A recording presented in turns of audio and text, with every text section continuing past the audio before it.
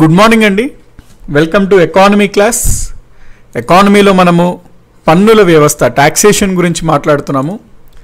టాక్సేషన్లో భాగంగా ఫస్ట్ మనం ప్రత్యక్ష పన్నుల గురించి చూసాం, అంటే డైరెక్ట్ ట్యాక్సెస్ అంటాం.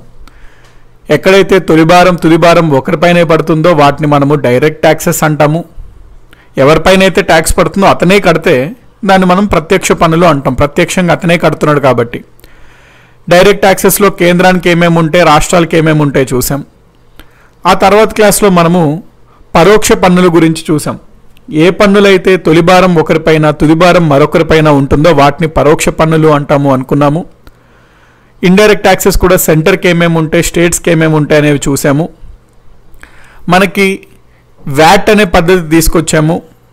వ్యాట్ అనే పద్ధతి ద్వారా ఏ విధంగా మనం ట్యాక్స్ని కాస్త తగ్గించవచ్చు అనేది చూసాం. పన్ను భారం ఏ విధంగా వ్యాట్ అనే పద్ధతి ద్వారా తగ్గించవచ్చు అనే పాయింట్ చూసాము. మనం ఒక ఎగ్జాంపుల్ లాగా కూడా తీసుకున్నాం. Without VAT, before VAT, after VAT. Before VAT ఏంటి అంటే మనకి విధించే పన్ను ఆన్ అవుట్పుట్ విధించే వాళ్ళం ఓవరాల్గా. వేరస్ వ్యాట్ వచ్చాక మనం ఏంటి అంటే ఓన్లీ వాల్యూ యాడెడ్ పైన మాత్రమే పన్ను విధించేవాళ్ళం. సో దాని ద్వారా మనకి చాలా ట్యాక్స్ వర్క్ అయితే సేవ్ అయ్యేది అన్నట్టు మనం ఆల్రెడీ లాస్ట్ క్లాస్లో ఒక ఎగ్జాంపుల్ రూపంలో చూసుకున్నాం. సో లాజికల్గా మనకి వ్యాట్ వచ్చినప్పటికీ కూడా వ్యాట్లో కొన్ని ప్రాబ్లమ్స్ ఉన్నాయి. ఏంటేంటి వ్యాట్లో ఉన్న ప్రాబ్లమ్స్ అంటే, వ్యాట్ అనేది ముఖ్యంగా కేవలం గూడ్స్ పైన మాత్రమే ఉంది. సర్వీసెస్ అనేవి వ్యాట్ కింద లేవు. వ్యాట్లో మళ్ళీ ఒక అంటే వ్యాట్లో మళ్ళీ ఇప్పుడు ఫర్ ఎగ్జాంపుల్ ఒక రాష్ట్రంలో తయారు చేసిన వస్తువు ఇంకో రాష్ట్రంలో అమ్ముతుంటే చాలా రకాలైన పన్నులు పడుతున్నాయి. వ్యాట్ ఉన్నప్పటికీ కూడా ఒక రాష్ట్రంలో తయారైన వస్తువు పైన ఎక్సైజ్ డ్యూటీ పడుతుంది. అది ఇంకో రాష్ట్రంలో అమ్మినప్పుడు సేల్స్ ట్యాక్స్, ఆ సేల్స్ ట్యాక్స్లోనే వ్యాట్ వచ్చింది, వ్యాట్ పడుతుంది. మళ్ళీ ఒక రాష్ట్రంలో ఉత్పత్తి అయింది ఇంకొక రాష్ట్రంలో అమ్మబడుతుంది కాబట్టి అక్కడ మళ్ళీ సెంట్రల్ సేల్స్ ట్యాక్స్ వస్తుంది, సెన్ వ్యాట్ వస్తుంది. ఇవన్నీ ఇబ్బందులు, చాలా ఇబ్బందులు అయితే వ్యాట్ వల్ల ఉన్నాయి. సో ప్రధానంగా ఏంటి అంటే ఇన్ని పరోక్ష పన్నులు పెడుతుంటే ఆఖరికి జనాలకి వచ్చే వస్తువు ధర బాగా పెరిగిపోతుంది. ప్లస్ ఎప్పుడన్నా మనకి ట్యాక్స్ ఎక్కువగా ఉందనుకోండి, జనాలు పన్ను భారం బాగా పడుతున్నప్పుడు ట్యాక్స్ ఎగరవేయడానికి ప్రయత్నిస్తారు. సో ట్యాక్స్ ఇవేషన్ జరుగుద్ది అనమాట. పన్ను కట్టకుండా ఉండడానికి ఎగరవేయడానికి ట్రై చేస్తారు. మరీ ట్యాక్స్ తక్కువ ఉన్నా అది ప్రాబ్లం అనమాట. కావాల్సినంత ఆదాయం ప్రభుత్వానికి రాదు. మరీ ఎక్కువ ఉన్నా ఏమవుతుందంటే ఎక్కువ మంది ట్యాక్స్ ఎగరగొట్టడానికి చూస్తారు. తద్వారా కూడా ప్రభుత్వానికి వచ్చే డబ్బు తగ్గిపోద్ది. సో ఆప్టిమమ్గా ట్యాక్స్ ఉండేటట్టు చూసుకోవాలి. మరి మనకి ముందు ఏదైతే చాలా రకాలైన పన్నులు ఉన్నాయో చాలామంది ఎగరవేయడానికి ట్రై చేసేవారు.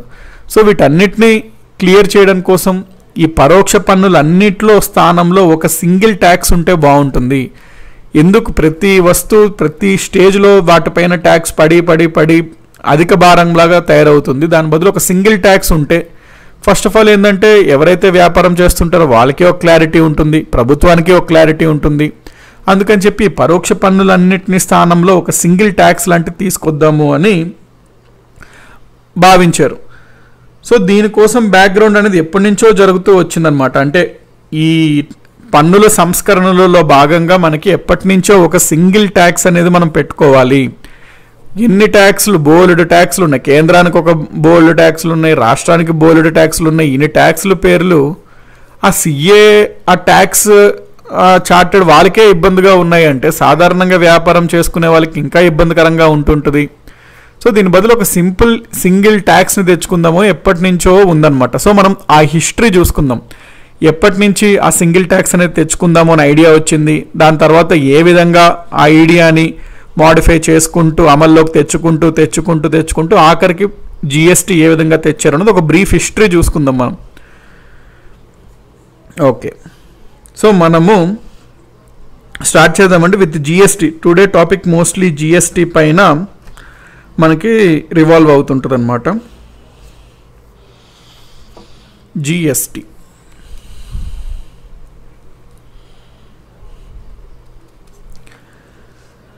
అసలు ఫస్ట్ ఆఫ్ ఆల్ ఏంటి అంటే 1999లో ఒక మీటింగ్ జరిగిందండి, ఒక సమావేశం.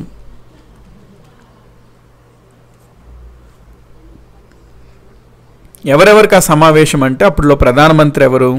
వాజ్పేయి గారు. ఆయనతో పాటు ఆ సమావేశం ఏంటి అంటే వాజ్పేయితో పాటు ఎకనామిక్ అడ్వైజరీ కౌన్సిల్ అనమాట, ఆర్థిక సలహా మండలి, ఎకనామిక్ అడ్వైజరీ కౌన్సిల్ లేకపోతే ప్యానెల్ అని కూడా అంటాం వీళ్ళని. వీళ్ళతో పాటు ఎవరెవరు ఉన్నారు ఈ కౌన్సిల్లో ప్యానెల్తో? ఆర్బీఐలో గవర్నర్గా చేసినటువంటి 3 ఉన్నారు ఈ సభ్యుల్లో. ఆ మీటింగ్లో పాల్గొన్న వాళ్ళు 3 ఉన్నారనమాట, ఆర్బీఐ గవర్నర్లుగా చేసిన వాళ్ళు. ఎవరెవరు వాళ్ళు అంటే ఐజీ పటేల్, నేమ్స్ అవసరం లేదండి, మీకు ఒక ఐడియా కోసం చెప్తున్నాం. ఐజీ పటేల్ మరియు బీమల్ జలన్ మరియు సి రంగరాజన్. సో ఈ 3తో కూడిన ఒక ఎకనామిక్ అడ్వైజరీ ప్యానెల్తో ప్రధానమంత్రి వాజ్పేయి 1999లో ఒక సమావేశం ఏర్పాటు చేశారు. ఈ సమావేశంలో ప్రధానంగా ఈ పన్నుల్ని ఏ విధంగా సంస్కరణ చేయాలి అని చెప్పి చర్చించారు. సో పన్నుల సంస్కరణలో భాగంగా ఏంటి, ఎక్కువ మంది పన్నులు కట్టట్లేదు, నెంబర్ 1. నెంబర్ 2, అప్పటి వరకు ఉన్న పన్నులు అంత కరెక్ట్గా లేవు, కన్ఫ్యూషన్గా ఉంది, జనాలకి ఇబ్బందిగా ఉంది, ప్రభుత్వానికి ఇబ్బందిగా ఉంది, ట్రాన్స్పరెంట్గా లేదు. సో వీటన్నిటిలో మనకి ఏంటి అంటే వీళ్ళందరూ చర్చించుకొని నిర్ణయించుకుంది ఏంటి అంటే మనకు ఒక సింగిల్ ట్యాక్స్ లాంటిది ఉంటే బాగుంటుంది, ప్లస్ గూడ్స్ సర్వీసెస్ అట్లా మనము సపరేట్ చేయకుండా రెండిటిపైన ఒకటే పన్ను ఉంటే బాగుంటుంది. అప్పుడులో సర్వీసెస్కి సర్వీస్ ట్యాక్స్ అని సపరేట్గా విధించేవారు, గూడ్స్కి ఎక్సైజ్ అని మళ్ళీ వేరు, వ్యాట్ అని మళ్ళీ వేరు, సెంట్రల్ వ్యాట్ అవి మళ్ళీ వేరువేరుగా ఉన్నాయి. సో ఎందుకు ఈ డిఫరెన్సియేషన్ అని చెప్పి గూడ్స్కి సర్వీసెస్కి కూడా ఒకలాంటి పన్నే విధించాలి అని చెప్పి ఒక జిఎస్టీ లాంటిది తీసుకొని రావాలి అని వీళ్ళు యాక్సెప్ట్ చేయడం జరిగింది. ఈ సమావేశంలో మొట్టమొదటిసారిగా జిఎస్టీ అనే ఐడియా పుట్టిందనమాట. సో జిఎస్టీ ఈ సమావేశంలో యాక్సెప్ట్ అయింది. ఓకే, జిఎస్టీ అనేది యాక్సెప్ట్ అయింది సమావేశంలో. నెక్స్ట్ ఏంటి, మన వాజ్పేయి గారు మరి జిఎస్టీ యాక్సెప్ట్ అయింది కదా, సో ఈ జిఎస్టీ యొక్క మోడల్ని డిజైన్ చేయడం కోసం మరొక కమిటీని నియమించాలి.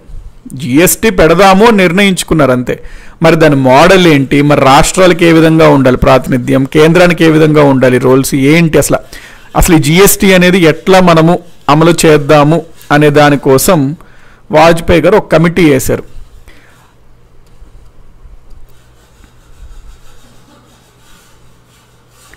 వాజ్పేయి అపాయింటెడ్ ఏ కమిటీ. ఆ కమిటీకి అధ్యక్షత ఎవరు వహించారు, హెడెడ్ బై ఎవరు అంటే అప్పట్లో వెస్ట్ బెంగాల్కి ఒక ఆర్థిక మంత్రి ఉండేవాడు అండి, finance minister. West Bengal finance minister అప్పుడు ఎవరు అంటే ఆసిం దాస్ గుప్తా. సో ఆయన అధ్యక్షతన ఒక కమిటీ అయితే వాజ్పేయి గారు వేయడం జరిగింది. ఎందుకు ఈ committee? To design A GST model.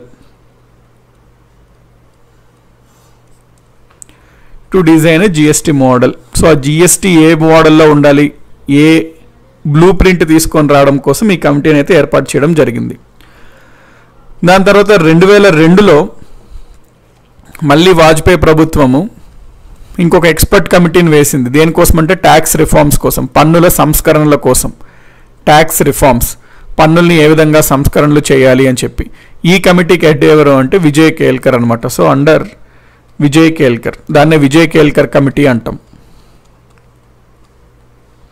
Vijay Kelkar committee. So మనకి ఈయన ఒక బ్లూ ప్రింట్ అయితే ఇచ్చారు ఆసిం దాస్ గుప్తా. ఈ విజయ్ కేల్కర్ కమిటీ మొత్తం అధ్యయనం చేసి ఈయన ఇచ్చిన రిపోర్ట్లు ఈయన ప్రధానంగా సూచించింది ఏంటంటే 2005లో ఈయన ఇచ్చారు రిపోర్టు. ఇచ్చిన దాంట్లో ప్రధానంగా ఈయన సూచించింది ఏంటి అంటే ట్యాక్స్ రిఫార్మ్స్ మీరు చెయ్యాలి అంటే జిఎస్టీని తప్పకుండా మీరు రోల్ అవుట్ చేయాలి, అంటే అమల్లోకి తీసుకొని రావాలి. సో జిఎస్టీని రోల్ అవుట్ చేయమని రికమెండ్ చేసింది విజయ్ కేల్కర్ కమిటీ. ఈ విజయ్ కేల్కర్ కమిటీ ఇచ్చిన సూచన మేరకు అప్పుడులో ఏమైంది, 2004లో సాధారణ ఎన్నికలైంది. అప్పుడులో ఎన్డీఏ వాజ్పేయి గారిది ఓడిపోయి యూపీఏ 1 వచ్చిందనమాట, యునైటెడ్ ప్రోగ్రెసివ్ అలయన్స్ 1, అంటే కాంగ్రెస్ పార్టీ అధికారంలోకి వచ్చింది కేంద్రంలో. ఇప్పుడు కేంద్రంలో ఆర్థిక మంత్రిత్వ శాఖలో ఎవరున్నారు, ఆర్థిక మంత్రిగా చిదంబరం ఉన్నారు. ఈయన ఏం చేశారంటే 2006లో ఆయన ఆర్థిక మంత్రిగా ఉన్నప్పుడు ఈ జిఎస్టీ పనులను కంటిన్యూ చేశారు.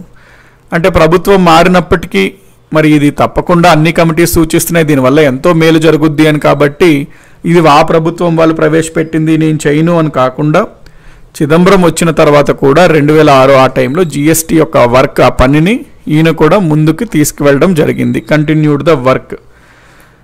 ఈయన 2006-2007 బడ్జెట్లో ఈయన ఏం చెప్పారంటే జిఎస్టీ అనేది చాలా ముఖ్యము, జిఎస్టీని 1 ఏప్రిల్ 2010 కల్లా అమలులోకి తీసుకొని వద్దాము అని చెప్పి నేను ప్రపోజ్ చేస్తున్నాను అని చెప్పాడు. So proposed GST roll out from 1 April 2010. 2010 మొదటి ఏప్రిల్ నుంచి జిఎస్టీని అమల్లోకి తీసుకొద్దామని నేను అనుకుంటున్నాను అని చెప్పి ప్రపోజ్ చేశాడు 2006 ఆ టైంలో చిదంబరం గారు. కాకపోతే ప్రాబ్లం ఏంటి అంటే చాలా రాష్ట్రాలు ఒప్పుకోవట్లేదు. ఎందుకు ఒప్పుకోవట్లేదు? రాష్ట్రాలకి మనం ఆల్రెడీ అనుకున్నాం, స్టేట్స్ ఉన్నాయనుకోండి, స్టేట్స్కి ఇండైరెక్ట్ ట్యాక్స్లో ఏముంటుంది, మనకి సేల్స్ ట్యాక్స్ ఉంటుంది, అమ్మకపు పన్ను. దాని తర్వాత ఏముంటుంది, ఎక్సైజ్ ట్యాక్స్, అబ్కారీ అంటాం. సో ప్రధానంగా ఫస్ట్ వచ్చేది సేల్స్ ట్యాక్స్ నుంచే రాష్ట్రాలకి. సో రాష్ట్రాలకి సేల్స్ ట్యాక్స్ నుంచి ఎక్కువ ఆదాయం వస్తుంది. మరి ఇవన్నిటి స్థానంలో మనకి జిఎస్టీ వస్తుంది అంటే రాష్ట్రాలు ఆబ్వియస్లీ దానికి ఒప్పుకోలేదు, క్లారిటీ లేకుండా అయిందనమాట అప్పుడు. సో రాష్ట్రాలు ఒప్పుకోకపోవడంతో ఆ పని అనుకున్నంత ఫాస్ట్గా అవ్వలేదు. ఓకే, 2010 అయిపోయింది, అప్పటికి ఏమి చేయలేకపోయారు. ఇంకా 2011లో ఇంకా మనం చేద్దాము, జిఎస్టీని చేద్దాము అని నిర్ణయించుకున్నారు. అయితే జిఎస్టీని మనము అమలు చేయాలి అంటే ఏంటి, అక్కడ కేంద్రానికి, రాష్ట్రానికి, సెంటర్కి, స్టేట్స్కి ఉన్న ట్యాక్స్ రిలేషన్స్ అనేవి మనం మారుస్తున్నాము. ట్యాక్స్ రిలేషన్స్ మనం మారుస్తున్నాం అంటే రాజ్యాంగంలోని, కాన్స్టిట్యూషన్లోని మనకి 7th షెడ్యూల్ ఉంటుంది. 7th షెడ్యూల్ దేని గురించి మాట్లాడుతుంది, రాష్ట్రాలు, కేంద్రాలు, కేంద్రానికి రాష్ట్రాలకి మధ్యన ఉన్న సంబంధాల గురించి మాట్లాడుతుంది, రిలేషన్స్ గురించి. ఇందులో భాగంగా మనకి కేంద్ర జాబితా ఉంటుంది, యూనియన్ లిస్ట్, రాష్ట్ర జాబితా, ఉమ్మడి జాబితా, రెసిడ్యూరీ లిస్ట్. సో దీంట్లో మనం మార్పులు చేస్తున్నాం. అంటే జిఎస్టీని ఒక సాధారణ చట్టంలాగా చేయకూడదు, మనం జిఎస్టీని తీసుకొని రావాలంటే రాజ్యాంగ సవరణ చేయాలి అని చెప్పి భావించింది ప్రభుత్వం. సో రాజ్యాంగ సవరణ చేయాలి కాబట్టి మనం దీన్ని పార్లమెంట్లో ఏ విధంగా పెట్టాలి, ఒక సాధారణ బిల్లులా పెట్టకూడదు అనమాట. దీనిని ఒక రాజ్యాంగ సవరణ బిల్లులాగా ప్రవేశపెట్టాలి, కాన్స్టిట్యూషనల్ అమెండ్మెంట్ బిల్లు లాగా మనము పార్లమెంట్లో ప్రవేశపెట్టాలి ఒకవేళ జిఎస్టీని తీసుకొని రావాలంటే. అందుకనే ప్రభుత్వం 2011లో జిఎస్టీ బిల్ని ప్రవేశపెట్టింది రాజ్యాంగ సవరణ బిల్లులాగా. ఎన్నోదది 115 రాజ్యాంగ సవరణ bill, constitutional amendment act bill అండి, కాన్స్టిట్యూషనల్ అమెండ్మెంట్ బిల్ 2011. సో ఈ బిల్ అనేది అట్లా చర్చల్లో జరిగింది, కమిటీకి రిఫర్ చేశారు, కమిటీ పరిశీలించింది, బిల్ అట్లా జరగగా మనకి 2014 వచ్చేసరికి ఆ బిల్లు పైన ఎటువంటి నిర్ణయం తీసుకోలేకుండా అయిపోయింది. 2014లో ఏమైంది, ఎన్నికలు జరిగినాయి. ఎన్నికల్లో ఆ ప్రభుత్వం ఓడిపోయింది. లోక్సభ ఏమైంది, డిజాల్వ్ అయింది. ఎప్పుడన్నా సరే ఒక లోక్సభలో ఒక బిల్లు పెండింగ్లో ఉండి ఆ లోక్సభ డిజాల్వ్ అయ్యి కొత్త లోక్సభ ఏర్పడితే ఆ లోక్సభలో ఉన్నటువంటి బిల్స్ అన్నీ, పెండింగ్లో ఉన్న బిల్స్ అన్నీ డెడ్ అయిపోతాయి అన్నమాట, పోతాయి, క్యాన్సిల్ అయిపోతాయి. సో ఇప్పుడు కొత్తగా ఏర్పడింది లోక్సభ. 2014లో ఎన్నికల తర్వాత క్లియర్ కట్ మెజారిటీతో మనకి ఎన్డీఏ 2 వచ్చింది, మోడీ ప్రభుత్వం మనకి వచ్చిందనమాట. సో ఇప్పుడు ఈ ప్రభుత్వం కూడా మరి ఆబ్వియస్లీ స్టార్టింగ్ జిఎస్టీ ప్రతిపాదించిందే వాజ్పేయి గారు బీజేపీ ప్రభుత్వం కాబట్టి వీళ్ళకి పెద్ద డిఫరెన్సెస్ ఏం లేవన్నమాట ఈ జిఎస్టీ గురించి. వీళ్ళు కూడా జిఎస్టీని తీసుకొని వద్దామని చెప్పే వీళ్ళు భావించారు. మరి అపోజిషన్లో ఉన్నప్పుడు ప్రధానంగా అడ్డుకున్నది కూడా బీజేపీనే అప్పుడు, జిఎస్టీ తొందరగా పాస్ అవ్వకుండా. ఎప్పుడైతే వీళ్ళు అధికారంలోకి వచ్చారో వీళ్ళు చేసిన మొట్టమొదటి పని జిఎస్టీని ఎట్లాగన్నా అమలు చేయాలి అని చెప్పి. అదేంటిది అంటే మరి దాన్ని రాజకీయం అంటాం అన్నమాట. సో ఇప్పుడు బీజేపీ గవర్నమెంట్ పవర్లోకి వచ్చింది సెంటర్లోకి. సో వీళ్ళు కూడా చాలా తొందరలో జిఎస్టీని తీసుకొని రావాలని భావించి 2014లో వీళ్ళు కొత్తగా మళ్ళీ ఒక రాజ్యాంగ సవరణ బిల్ని పార్లమెంట్లో ప్రవేశపెట్టడం జరిగింది. ఆ రాజ్యాంగ సవరణ బిల్లునే మనము 122 రాజ్యాంగ సవరణ బిల్ 2014 అంటాం. ఈ నెంబర్స్ గుర్తుపెట్టుకోండి, ఇక్కడ నుంచి every number every date important అనమాట. ఇప్పుడు ఈ స్లైడ్లో చెప్పబోయేది 122 కాన్స్టిట్యూషనల్ అమెండ్మెంట్ బిల్ 2014. దీనిని ఏ సభలో ప్రవేశపెట్టారు, రాజ్యాంగ సవరణ బిల్లు మనకి ఏ సభలో అన్నా ప్రవేశపెట్టచ్చు, లోక్సభలో ప్రవేశపెట్టచ్చు, రాజ్యసభలో ప్రవేశపెట్టచ్చు. ఏ సభలో ప్రవేశపెట్టారు అని అడిగితే మనం ఏమని చెప్పాలి, లోక్సభలో ప్రవేశపెట్టారు అని చెప్పాలి. ఎవరు ప్రవేశపెట్టారు అనేది కూడా important. Introduced in Lok Sabha by అప్పటి ఆర్థిక మంత్రి అయినటువంటి అరుణ్ జైట్లీ. లోక్సభలో చర్చలు జరిగిన ఈ బిల్లు గురించి ఏ రోజు పెట్టారు అనేది కూడా ఇంపార్టెంట్ అండి, అది గుర్తుపెట్టుకోండి. 19th December 2014. 19th December 2014 నాడు లోక్సభలో అప్పట్లో ఆర్థిక మంత్రి అరుణ్ జైట్లీ 122 రాజ్యాంగ సవరణ బిల్లు 2014ను ప్రవేశపెట్టారు. ఈ బిల్లు పైన చర్చ జరిగినాయి, అంతా జరిగింది, ఓటింగ్ వచ్చింది. ఓటింగ్ ఇక్కడ మనకి ఏ మెజారిటీ కావాలి, ఇది రాజ్యాంగ సవరణ బిల్లు కాబట్టి ఇక్కడ కావాల్సిన ఓటింగ్ ఏంటంటే special majority. CAB full form అంటే కాన్స్టిట్యూషనల్ అమెండ్మెంట్ బిల్ అండి, రాజ్యాంగ సవరణ బిల్లు. రాజ్యాంగాన్ని మనం సవరిస్తే మనం రాజ్యాంగ సవరణ బిల్లు అంటాం. అదే ఒకవేళ ఈ బిల్లు పాస్ అయింది అనుకోండి, ఓటింగ్ అయ్యి పాస్ అయితే దాన్ని మనము కాన్స్టిట్యూషనల్ అమెండ్మెంట్ యాక్ట్ అంటాం, అంటే రాజ్యాంగ సవరణ చట్టం అంటాం. సో ఏదన్నా మనం చట్టం చేయాలి అంటే ఫస్ట్ పార్లమెంట్లో బిల్లులాగా ప్రవేశపెట్టాలి. ఆ బిల్లు పైన చర్చ జరుగుతుంది, చర్చ తర్వాత ఓటింగ్ జరుగుతుంది. 2 సభల్లో ఆ ఓటింగ్లు జరిగి పాస్ అయితే ప్రెసిడెంట్ దగ్గరికి వెళ్తుంది, ప్రెసిడెంట్ సైన్ పెడితే దానికి ఆ బిల్లు అనేది చట్టం అవుతుంది అనమాట, యాక్ట్ అవుతుంది.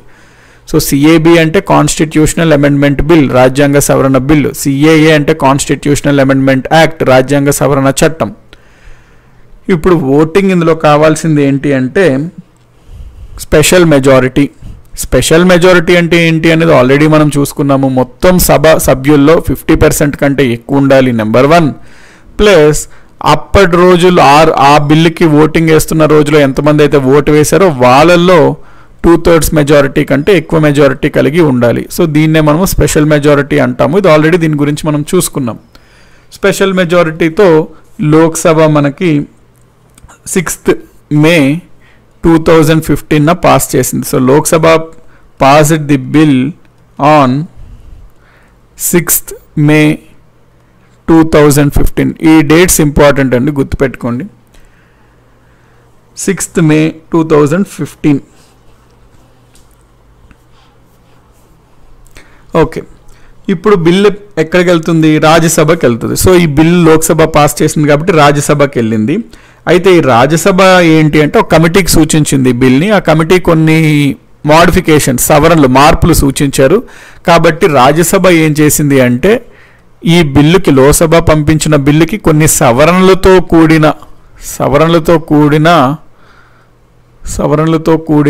ఒక బిల్ని వీళ్ళు 3rd August 2016 పాస్ చేశారనమాట.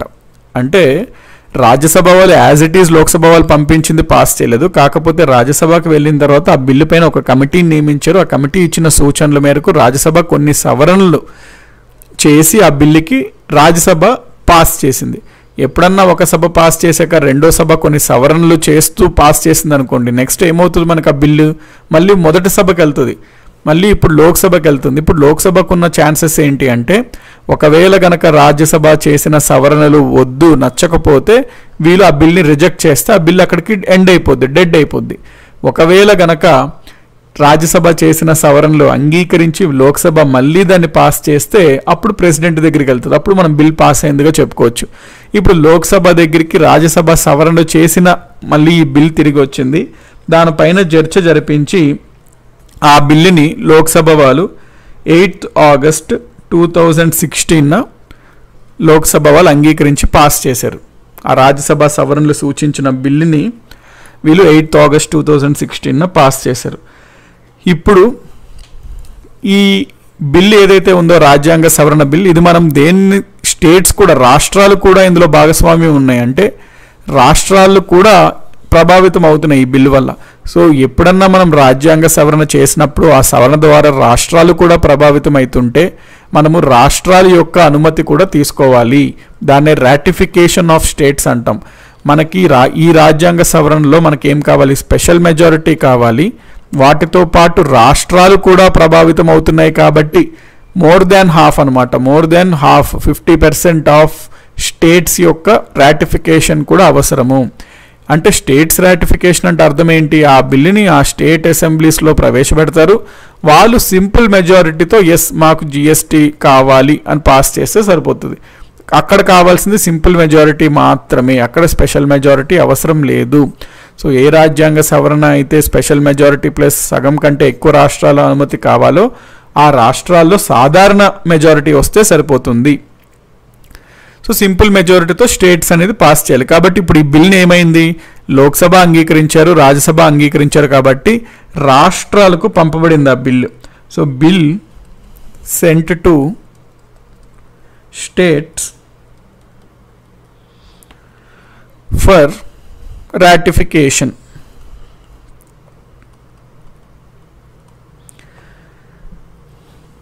ఇప్పుడు bill sent to states for ratification అంటే రాటిఫికేషన్ చేయడం కోసం ఆ బిల్లుని రాష్ట్రాలకి పంపడం అయింది. సో రాష్ట్రాల్లో ఫస్ట్ యాక్సెప్ట్ చేసిన అంగీకరించిన రాష్ట్రం ఏది అనేది కూడా చాలా స్టాండర్డ్ క్వశ్చన్, నెంబర్ ఆఫ్ ఎగ్జామ్స్లో అడుగుతున్నాడు. సో రాష్ట్రాలకి పంపబడింది బిల్. అందులో ఫస్ట్ అస్సాం రాష్ట్రము ఆ బిల్లుకి జిఎస్టీ బిల్లుకి 12th August 2016 ఆమోదించింది. So Assam became the first state to accept GST bill అనమాట. సో ఫస్ట్ స్టేట్ ఇది. దాని తర్వాత మనకి చాలా రాష్ట్రాలు అంగీకరించే, దాదాపుగా 16 రాష్ట్రాలు అంగీకరించేసరికి more than half of the states మనకి ఆ క్రైటీరియా క్లియర్ అయింది. కాబట్టి అప్పుడు బిల్ని ప్రెసిడెంట్ దగ్గరికి పంపించారు. ఇప్పుడు ప్రెసిడెంట్ ఎవరప్పుడు, ప్రణబ్ ముఖర్జీ గారు ఆ జిఎస్టీ బిల్ పైన సంతకం ఎప్పుడు పెట్టారు అంటే యాక్సెప్టెడ్ ఆన్ 8th September 2016. అప్పట్లో ప్రెసిడెంట్ ఎవరు, రాష్ట్రపతి ఎవరంటే ప్రణబ్ ముఖర్జీ. ఎప్పుడైతే రాష్ట్రపతి యొక్క అనుమతి పొందిందో ఆ బిల్లు చట్టం అవుతుందన్నమాట. సో దీంతో మనకి ఆ 122వ కాన్స్టిట్యూషనల్ అమెండ్మెంట్ బిల్ 2014 కాస్త రాష్ట్రపతి ఆమోదం వచ్చింది. కాబట్టి అది మనకి 101 రాజ్యాంగ సవరణ చట్టం అయ్యింది, కాన్స్టిట్యూషనల్ అమెండ్మెంట్ యాక్ట్ అయింది. ఎప్పుడు పాస్ అయింది, ఇది 2016. సో ఇది అనమాట జిఎస్టీ యొక్క లెజిస్లేటివ్ హిస్టరీ. ఏంటంటే ఈ విధంగా మనకి పాస్ అవుతూ ఆఖరికి 101 రాజ్యాంగ సవరణ చట్టం 2016 దేని గురించి మాట్లాడుతుంది అంటే జిఎస్టీ గురించి మాట్లాడుతుంది. సో ఈ చట్టం ద్వారా జిఎస్టీ అయితే చట్టం అయ్యింది. ఈ చట్టం అమల్లోకి ఎప్పుడు వచ్చింది అనేది కూడా మనం చూసుకోవాలి. సో జిఎస్టీ యాక్ట్ లేదా 101 కాన్స్టిట్యూషనల్ అమెండ్మెంట్ యాక్ట్ అమల్లోకి ఎప్పుడు వచ్చింది అంటే came in to force from అంటాం. ఏ రోజు నుంచి అమల్లోకి వచ్చింది, came in to force from ఎప్పుడు అంటే 1st July 2017. So 1st July 2017 నుంచి ఈ చట్టం అమల్లోకి వచ్చిందనమాట. సో ఇది కంప్లీట్లీ హిస్టరీ రిగార్డింగ్ జిఎస్టీ అంటే లెజిస్లేటివ్ హిస్టరీ అంటాం. సో ఇప్పుడైతే ఓకే, బాగానే వచ్చింది జిఎస్టీ. ఈ జిఎస్టీ మనకేంది, చాలా పన్నులు అంటే కేంద్రానికి అవనివ్వండి, రాష్ట్రానికి అవనివ్వండి, పరోక్ష పన్నులు చాలా వాటిని తీసేసి ఒక సింగిల్ ట్యాక్స్ లాగా వచ్చింది. ఇప్పుడు ఈ జిఎస్టీ దేన్ని రీప్లేస్ చేసింది అంటే almost majority of union and states, కేంద్ర మరియు రాష్ట్రాల యొక్క పరోక్ష పన్నులు ఇండైరెక్ట్ ట్యాక్స్ని రీప్లేస్ చేసి ఒక సింగిల్ ట్యాక్స్గా వచ్చింది. ఎందుకు, ఒక భారతదేశానికి ఒక ట్యాక్స్ ఉంటే మంచిది, ఎందుకు అన్ని ట్యాక్స్లు అని నినాదంతో వచ్చింది. ఓకే, 1 నేషన్ 1 ట్యాక్స్ అయితే వచ్చింది.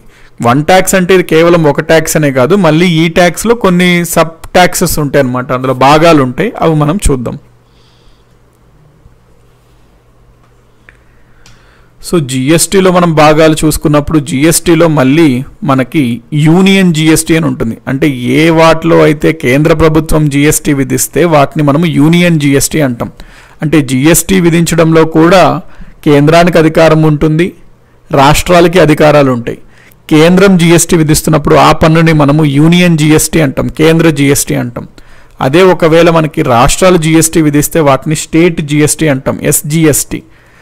మరి మనకి యూనియన్ టెరిటరీస్ కూడా ఉంటాయి, కేంద్రపాలిత ప్రాంతాలు. అందులో మనకి 2 కేంద్రపాలిత ప్రాంతాలు అయినటువంటి ఢిల్లీ మరియు పుడుచేరికి సొంత అసెంబ్లీ ఉంటుంది. కాబట్టి ఈ 2 యూనియన్ టెరిటరీస్ ఆ రెండు ఓన్గా జిఎస్టీని విధించుకుంటాయి. వాటిని యూనియన్ టెరిటరీ జిఎస్టీ అంటామన్నమాట. అయితే కేవలం ఈ రెండు కేంద్రపాలిత ప్రాంతాలకు మాత్రమే వాళ్ళ సొంతంగా జిఎస్టీని విధించుకునే అధికారం ఉంది. మిగతా కేంద్రపాలిత ప్రాంతాలకు అధికారం లేదు. మిగతా కేంద్రపాలిత ప్రాంతాలు డైరెక్ట్గా సిజిఎస్టీనే ఉంటుంది. ఎందుకంటే they are directly administered by the union. డైరెక్ట్గా కేంద్రమే వాటిని పరిపాలిస్తుంది కాబట్టి వాళ్ళకి ఆ స్కోప్ లేదు. కాకపోతే ఈ రెండు కేంద్రపాలిత ప్రాంతాలకు మాత్రం యూనియన్ టెరిటరీ జిఎస్టీ యూటీజిఎస్టీ అనే ఒక ట్యాక్స్ ఉంటుంది. వాటితో పాటు మనకి ఒక రాష్ట్రంలో తయారైన వస్తువు ఇంకో రాష్ట్రంలో అమ్మబడుతుంటే దాన్ని ఇంటర్ స్టేట్ అంటాం. వాటి గురించి చూస్తాము. అట్లాంటి సందర్భంలో మనకి ఇంటిగ్రేటెడ్ జిఎస్టీ ఐజిఎస్టీ అనేది కూడా ఉంటుంది. కాబట్టి జిఎస్టీలో మళ్ళీ 4 భాగాలు ఉంటాయి. యూజిఎస్టీ, ఎస్జిఎస్టీ, యూటీజిఎస్టీ, ఐజిఎస్టీ. ఇప్పుడు ఒక్కొక్క దాని గురించి మనము చూసుకుందాం.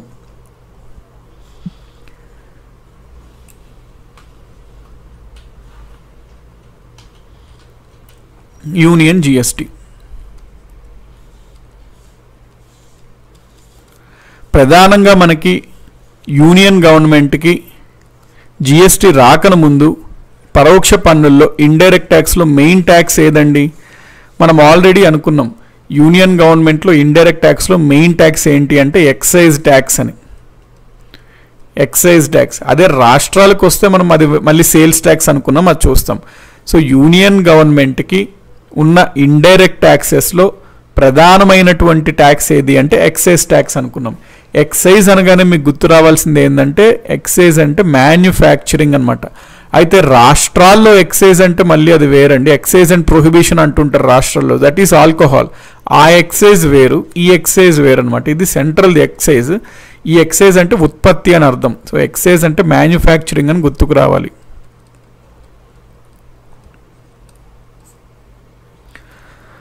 సో యూనియన్ జిఎస్టీ దాన్ని మనం సిజిఎస్టీ అంటామండి. ఏదన్నా ఒకటే, central GST or CGST, whatever, union or central, meaning ఏంటంటే అక్కడ కేంద్ర ప్రభుత్వం ఉంది అని. సో ఎక్సైజ్ అంటే మనకి మ్యానుఫ్యాక్చరింగ్ అనేది గుర్తుకు రావాలి. మ్యానుఫ్యాక్చరింగ్ అంటే ఏంటి? ఉత్పత్తి అవ్వాలి. అంటే ఇక్కడ ఏంటి ఉత్పత్తి అవుతాయి? వస్తువులు ఉత్పత్తి అవుతాయి. సో గూడ్స్ అనమాట. వస్తువులు ఉత్పత్తి అవుతుంటాయి, గూడ్స్ అనేది మ్యానుఫ్యాక్చర్ అవుతాయి. అయితే మనకి ఈ ఎక్సైజ్ ట్యాక్స్ ప్లేస్లో ఇప్పటి నుంచి అంటే జిఎస్టీ వచ్చినప్పటి నుంచి central goods and service tax విధిస్తారు, సిజిఎస్టీ విధిస్తారు. సో ఇది వరకు ఉత్పత్తి అయిన ప్రతి వస్తువు పైన ఎక్సైజ్ ట్యాక్స్ విధించబడింది. దానిపైన ఇప్పుడు దాని ప్లేస్లో మనము సిజిఎస్టీ విధిస్తాము. ఓకే, రాష్ట్రాలకు వద్దాం ఇప్పుడు. స్టేట్ ఒక వస్తువు ఉత్పత్తి అయ్యిందనుకోండి, ఆ ఉత్పత్తి అయిన వస్తువుకి ముందు అంటే జిఎస్టీ కన్నా రాకన ముందు ఎక్సైజ్ డ్యూటీ మనము సెంటర్ కట్టేవాళ్ళం. ఆ వస్తువు అమ్మబడింది అనుకోండి, ఎవరికో ఒకరికి అమ్మబడింది అనుకోండి, అప్పుడు సేల్స్ ట్యాక్స్ మనం కట్టేవాళ్ళం అమ్మినప్పుడు. ఆ సేల్స్ ట్యాక్స్ రాష్ట్రాలకు వెళ్ళేది. పాయింట్ మనం చూసుకున్నాం ఆల్రెడీ. సో ఇప్పుడు ఇది ప్రీ జిఎస్టీ అనమాట. జిఎస్టీ వచ్చాక ఏమైంది? ఒక వస్తువు తయారైంది, ఆ తయారైన వస్తువుకి కేంద్రానికి మనము సెంట్రల్ జిఎస్టీ కట్టుకోవాలి. ఆ వస్తువు అమ్మకం అయిందనుకోండి, ఆ వస్తువు అమ్మినప్పుడు ఇప్పుడు ఆ సేల్స్ ట్యాక్స్ తీసేశారు. అది పరోక్ష పన్ను రాష్ట్రానికి ముందున్నది. మరి వాటిని అన్నింటినీ తీసేశారు. ఇప్పుడు మనము స్టేట్ జిఎస్టీ కట్టుకోవాలి. వస్తువు ఉత్పత్తి అన్నప్పుడు సెంట్రల్ జిఎస్టీ, వస్తువు అమ్మినప్పుడు స్టేట్ జిఎస్టీ. యూనియన్ జిఎస్టీ, ఇది సిజిఎస్టీ అనేది డైరెక్ట్గా ఇందులో నుంచి వచ్చిన డబ్బులు కేంద్రానికి వెళ్తాయి. స్టేట్ జిఎస్టీ నుంచి వచ్చిన డబ్బులు రాష్ట్రానికి వెళ్తాయి. సో ఈ విధంగా మనకి పన్నులు మారింది. ఇప్పుడు మనకి ఒక రాష్ట్రంలో ఉత్పత్తి అయిన వస్తువు ఇంకో రాష్ట్రంలో అమ్మితే ఏమవుతుంది అనేది చూద్దాం.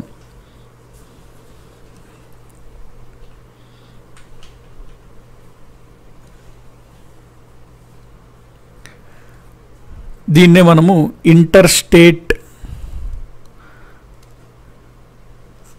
ట్రాన్సాక్షన్స్ ఆఫ్ గూడ్స్ అంటాము. ఒక రాష్ట్రంలో ఫర్ ఎగ్జాంపుల్ కార్ అనుకోండి, ఏదైనా కార్ మ్యానుఫ్యాక్చర్ అనుకోండి. కార్ మ్యానుఫ్యాక్చరింగ్ అంటే కారు ఉత్పత్తి. ఒక ప్లాంట్ ఉంది, కియా మోటార్సే అనుకోండి. For example Kia Motors Anantapur మనకి అక్కడ ఏపీలో ఉంది కాబట్టి కియా మోటార్స్ ఫర్ ఎగ్జాంపుల్ అది ఒక మ్యానుఫ్యాక్చరింగ్ యూనిట్ అనుకోండి. కారు ఉత్పత్తి అవుతుంది. ఒక కార్ని తయారు చేశారు. ఇప్పుడు ఆ కార్ పైన ఏం కట్టుకోవాలి, సెంట్రల్ జిఎస్టీ కట్టాలి. ఉత్పత్తి అయ్యింది కాబట్టి ఆ కారు, ఇది డైరెక్ట్గా కేంద్రానికి వెళ్తుంది అనమాట ఈ సిజిఎస్టీ.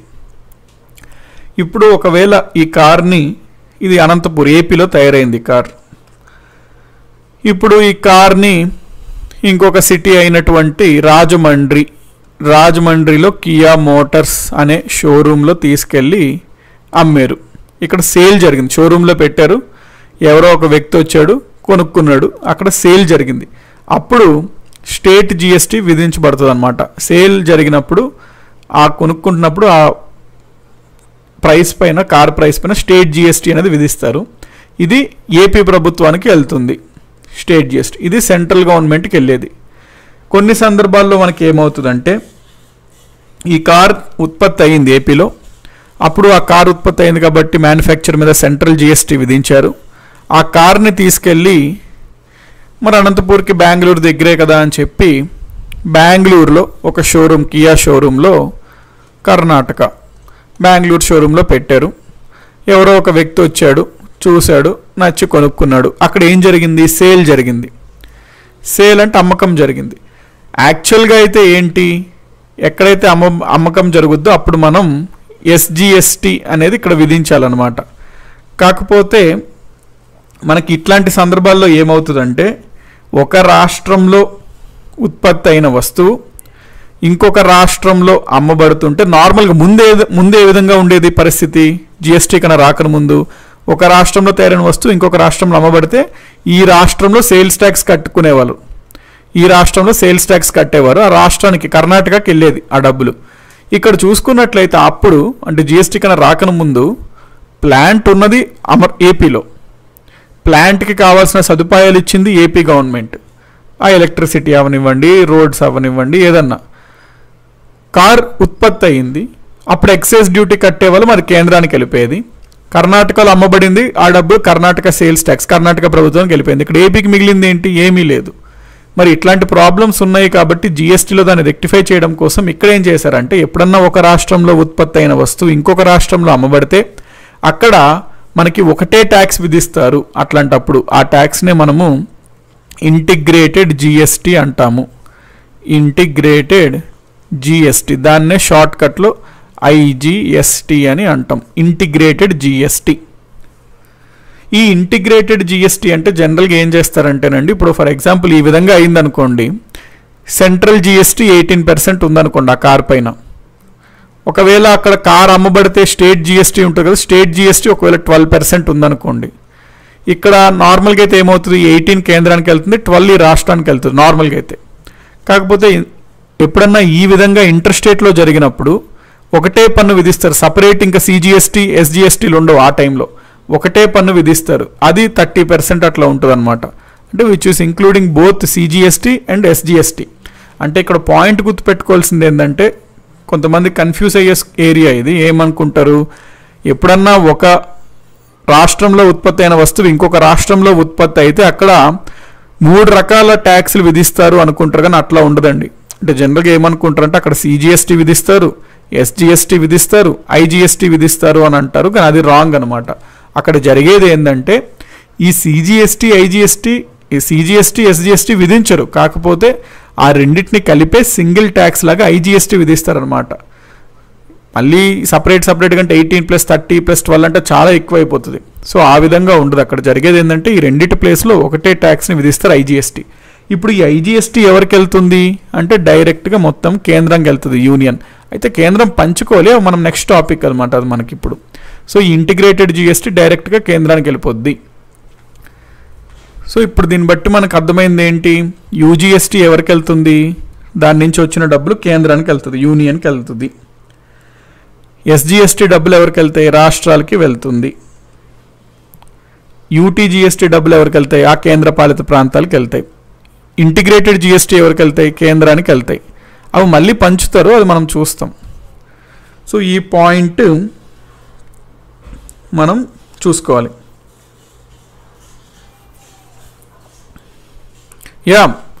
అదేనండి రవికుమార్ గారు, మనకి 30%లో ఈ రాష్ట్రానికి కూడా ఉంటుంది వాటా. కాకపోతే అదే మనం చూస్తాం, మొత్తం కేంద్రానికి వెళ్ళిపోతుంది 30%. ఇప్పుడు ఈ 30%లో కేంద్రం ఈ రాష్ట్రానికి ఎంత ఇవ్వాలి, ఈ రాష్ట్రానికి ఎంత ఇవ్వాలి, ఎంతెంత ఇవ్వాలి అనేది డిసైడ్ అవుతుంది.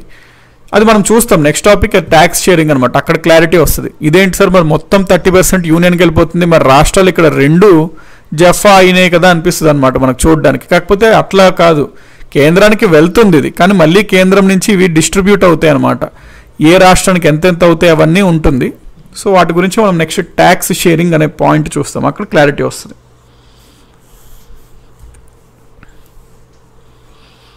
అదేనండి వేద గారు, ఇప్పుడు కూడా ఏపీకి ఏం రాదు కదా అంటే ఇంకా ఉంది, మనం దీనికి చూడాల్సిన నెక్స్ట్ టాపిక్లో క్లారిటీ వస్తుంది. ట్యాక్స్ షేరింగ్ అని చూస్తాం. ఇప్పుడు కేవలం కేంద్రం దగ్గరికి వెళ్ళింది అంతే ఈ 30%. ఈ 30%ని మళ్ళీ డిస్ట్రిబ్యూట్ చేయాలి.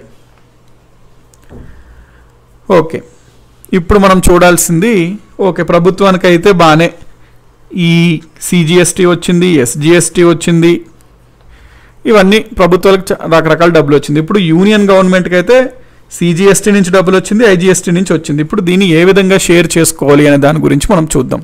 Tax sharing.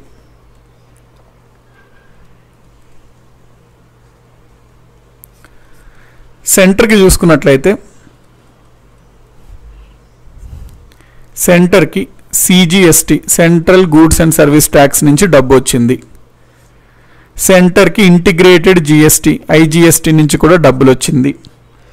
ఈ ఐజిఎస్టీలో వచ్చిన డబ్బుల్ని రాష్ట్రాలతో ఏ రాష్ట్రాలతో ఎంతెంత పంచుకోవాలి, ఏ రాష్ట్రాలతో ఎంతెంత పంచుకోవాలి అని సూచించడం కోసం మనము ఒక సంస్థని ఏర్పాటు చేద్దాము అని భావించుకున్నారు. సో జిఎస్టీ చట్టంలో ఏమని చెప్పారంటే, ఇది కొంచెం క్లియర్గా వినండి. జిఎస్టీ చట్టంలో ఏమని చెప్పారంటే, సమ్మన్ యూజిఎస్టీ ఉండదు అంటున్నారు. యూజిఎస్టీ అన్న సిజిఎస్టీ అన్న ఒకటేనండి. యూ అంటే యూనియన్, సి అంటే సెంట్రల్ అనమాట. అది వేరు ఇది వేరు అని కాదు, సింపుల్ పాయింట్. యూనియన్ జిఎస్టీ అన్న సెంట్రల్ జిఎస్టీ అన్న ఒకటే. ఓకే, మనకి ఇప్పుడు జిఎస్టీ చట్టం ఏం జరుగుతుందంటే, కేంద్రానికి సెంట్రల్ జిఎస్టీ ద్వారా డబ్బు వస్తుంది, ఐజిఎస్టీ ద్వారా డబ్బు వస్తుంది. ఈ ఐజిఎస్టీ నుంచి వచ్చిన డబ్బుల్ని ఆబ్వియస్లీ రాష్ట్రాలతో పంచుకోవాలి, ఎందుకంటే అందులో కొంత రాష్ట్రాల వాటా కూడా ఉంటుంది. కేవలం ఫార్మాలిటీకి ఒకటే పన్నును విధిస్తున్నాము, రకరకాల రాష్ట్రాలు అందులో ఇన్వాల్వ్ అయి ఉన్నాయి కాబట్టి మనం కేంద్రానికి పంపిస్తున్నాం ఫస్ట్ అయితే. బట్ అల్టిమేట్లీ అందులో కొంత శాతం రాష్ట్రాలకి రావాలి తిరిగి. సో కేంద్రంకి వచ్చిన ఐజిఎస్టీ నుంచి ఏ రాష్ట్రాలకి ఎంతెంత డబ్బు వెళ్ళాలి అని సూచించడం కోసం ఒక సంస్థను ఏర్పాటు చేసుకోవాలి అని జిఎస్టీ చట్టం తెలిపింది. ఆ సంస్థనే మనము జిఎస్టీ కౌన్సిల్ అని అంటాము. సో ఈ పర్పస్ కోసం ఒక జిఎస్టీ కౌన్సిల్ని ఏర్పాటు చేసుకోవాలి అని నిర్ణయించుకున్నారు. మరి ఈ జిఎస్టీ కౌన్సిల్ అనేది మనకి జిఎస్టీ గురించి రాజ్యాంగంలోనే చెప్పబడింది. రాజ్యాంగ సవరణ ద్వారా రాజ్యాంగంలోనే పొందుపరిచారు జిఎస్టీ గురించి. కాబట్టి ఈ జిఎస్టీ కౌన్సిల్ గురించి కూడా మనకి రాజ్యాంగంలోనే చేర్చారు. కాబట్టి ఈ జిఎస్టీ కౌన్సిల్ని ఆర్టికల్ 269లో దీని గురించి ప్రస్తావించారు. 269A వెరీ ఇంపార్టెంట్ అండి. ఇది జిఎస్టీ కౌన్సిల్ గురించి ప్రస్తావించే ఆర్టికల్ ఏది అంటే 269, అంటే గురించి ప్రస్తావించే ఆర్టికల్ 279. కానీ 269A ఏం తెలుపుతుందంటే, జిఎస్టీ కౌన్సిల్ నిర్ణయిస్తుంది ఐజిఎస్టీ నుంచి ఎంత డబ్బు రాష్ట్రాలకి వెళ్తుంది అనేది నిర్ణయించేది ఎవరు అంటే GST council. So GST council ఎటువంటి సంస్థ అని అడుగుతాడు. రాజ్యాంగబద్ధ సంస్థ, ఒక చట్టబద్ధత సంస్థ అట్లా అడిగినప్పుడు మనం కాన్స్టిట్యూషనల్ బాడీ అని చెప్పాలి.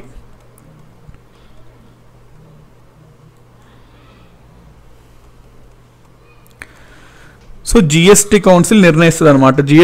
ఇది ఈ పాయింట్ చెప్పే ఆర్టికల్ ఏంటి అంటే ఆర్టికల్ 269A. నెక్స్ట్, ఇప్పుడు కేంద్ర జిఎస్టీ సెంట్రల్ జిఎస్టీ నుంచి కూడా చాలా డబ్బు అయితే కేంద్రానికి వచ్చింది. మరి ఆబ్వియస్లీ సెంటర్ అంటే ఏంటి? Nothing but group of states, union of states. Centre కూడా మరి ఆబ్వియస్లీ పంచుకోవాలి కదా డబ్బు. సెంటర్కి వచ్చిన డబ్బులో కొంత భాగాన్ని రాష్ట్రాలతో పంచుకోవాలి. సెంటర్కి వచ్చినటువంటి ముందు కూడా పన్నులు ఉండేవి, అంటే డైరెక్ట్ ట్యాక్స్లు, ఇండైరెక్ట్ ట్యాక్స్లు అన్నీ కలిపి పన్నులో కొంత భాగాన్ని స్టేట్స్ రాష్ట్రాలకి ఇవ్వాలి, అందించాలి. సో ఎవరన్నా ఆన్సర్ చేయండి కమెంట్స్లో. సెంటర్కి డైరెక్ట్ ప్లస్ ఇండైరెక్ట్ ట్యాక్స్ నుంచి వచ్చిన డబ్బుల్లో కొంత భాగాన్ని రాష్ట్రాలకు ఇవ్వాలి. సో ఇది సూచించేది ఏ సంస్థ? ఎవరన్నా కమెంట్ చేయండి.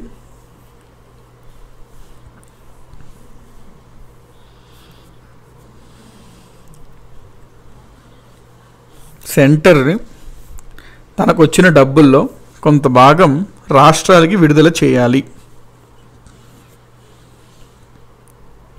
ఇది ఎంత విడుదల చేయాలి, ఎంత శాతం విడుదల చేయాలి కేంద్రానికి వచ్చిన డబ్బులో రాష్ట్రాలకి? ఎస్, ఇది సూచించేది ఫైనాన్స్ కమిషన్ అండి. డైరెక్ట్ ట్యాక్సెస్లో ప్లస్ ఇండైరెక్ట్ ట్యాక్సెస్లో కూడా ముందు మనకి సూచించేది ఫైనాన్స్ కమిషన్.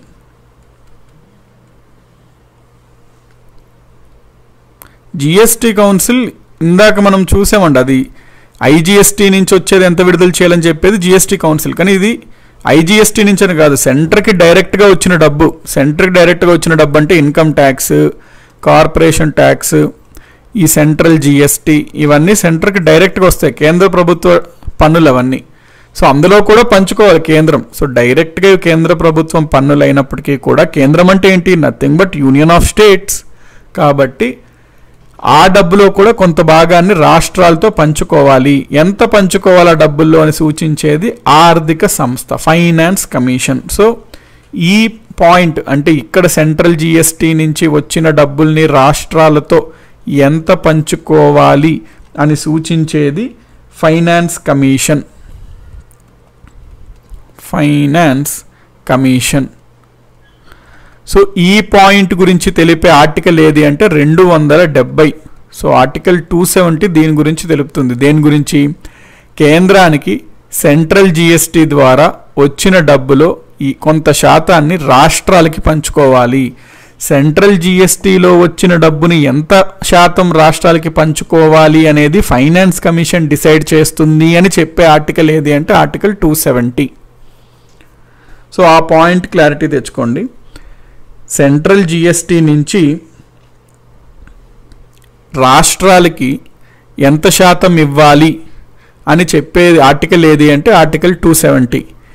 ఐజిఎస్టీ నుంచి రాష్ట్రాలకి ఎంత ఇవ్వాలి అని తెలిపే ఆర్టికల్ ఏదంటే ఆర్టికల్ 269A.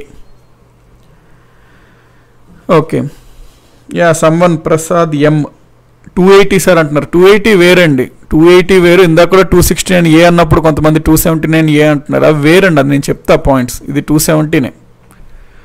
సో మనకి ఈ పాయింట్స్ గుర్తుపెట్టుకోండి. ఇప్పుడు అసలు ఈ ఫైనాన్స్ కమిషన్ని ఎవరు ఏర్పాటు చేస్తారు అంటే రాష్ట్రపతి ఏర్పాటు చేస్తాడు. ప్రెసిడెంట్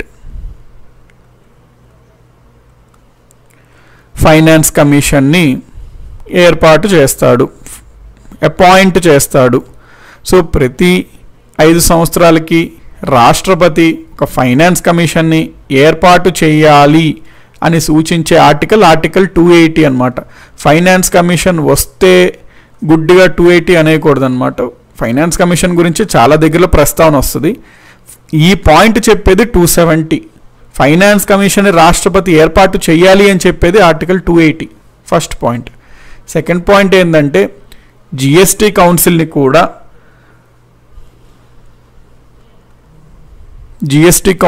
కూడా ప్రెసిడెంట్ అపాయింట్ చేయాలన్నమాట.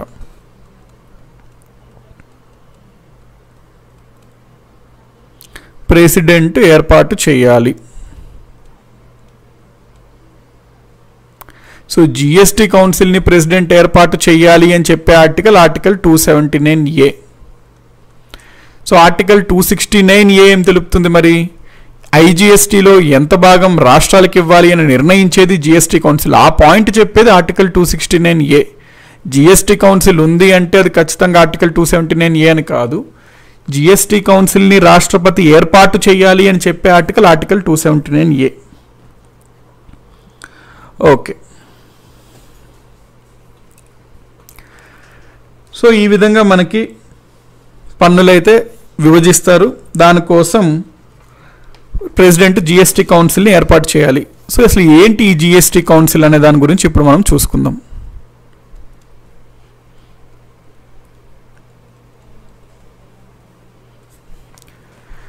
ఈ జిఎస్టీ కౌన్సిల్ ఏం చేస్తుంది అంటే మనం చూసుకున్నాం జనరల్గా ఎంతెంత పన్నులు విధించాలి, ఏ వస్తువులకి ఎంతెంత స్లాబ్స్ పెట్టాలి, రాష్ట్రాలకు ఎంత వాటా ఉంది, కేంద్రానికి ఎంత వాటా ఉంది, ఇట్లాగే జిఎస్టీకి సంబంధించి ముఖ్యమైన నిర్ణయాలు అన్నీ తీసుకునే బాడీ సంస్థ ఏదన్నా ఉందంటే జిఎస్టీ కౌన్సిల్ అనమాట. ఈ జిఎస్టీ కౌన్సిల్లో సెంటర్ ప్లస్ స్టేట్స్ అంటే రాష్ట్రాలు ప్లస్ కేంద్రం ఇద్దరు భాగస్వామ్యమే అనమాట జిఎస్టీ కౌన్సిల్లో. సో ఇప్పుడు మనం జిఎస్టీ కౌన్సిల్ని చూసుకున్నప్పుడు ఇందులో ఎవరెవరు అసలు సభ్యులు ఉంటారు అనేది మనం చూసుకుందాం. మెంబర్స్ ఎవరెవరు ఉంటారు ఆల్రెడీ మనం అనుకున్నాం ఏమని, ఇందులో సెంటర్ వాళ్ళు ఉంటారు, ఇందులో స్టేట్స్ ఉంటారు. సెంటర్ కేంద్రం తరపున ఓవరాల్గా ఈ జిఎస్టీ కౌన్సిల్కి చైర్మన్ ఎవరు ఉంటారు అనేది మనం చూద్దాం. ఈ జిఎస్టీ కౌన్సిల్కి చైర్మన్గా కేంద్ర ఆర్థిక మంత్రి ఉంటారు, యూనియన్ ఫైనాన్స్ మినిస్టర్.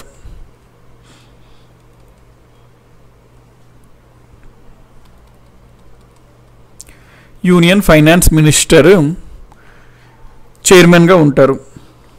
శివతేజ గారు అడుగుతున్నారు, ఫైనాన్స్ కమిషన్ చెప్పినట్లే సెంట్రల్ స్టేట్స్కి ఇస్తుందా షేరింగ్ అంటే అట్లాగేం ఉండదండి.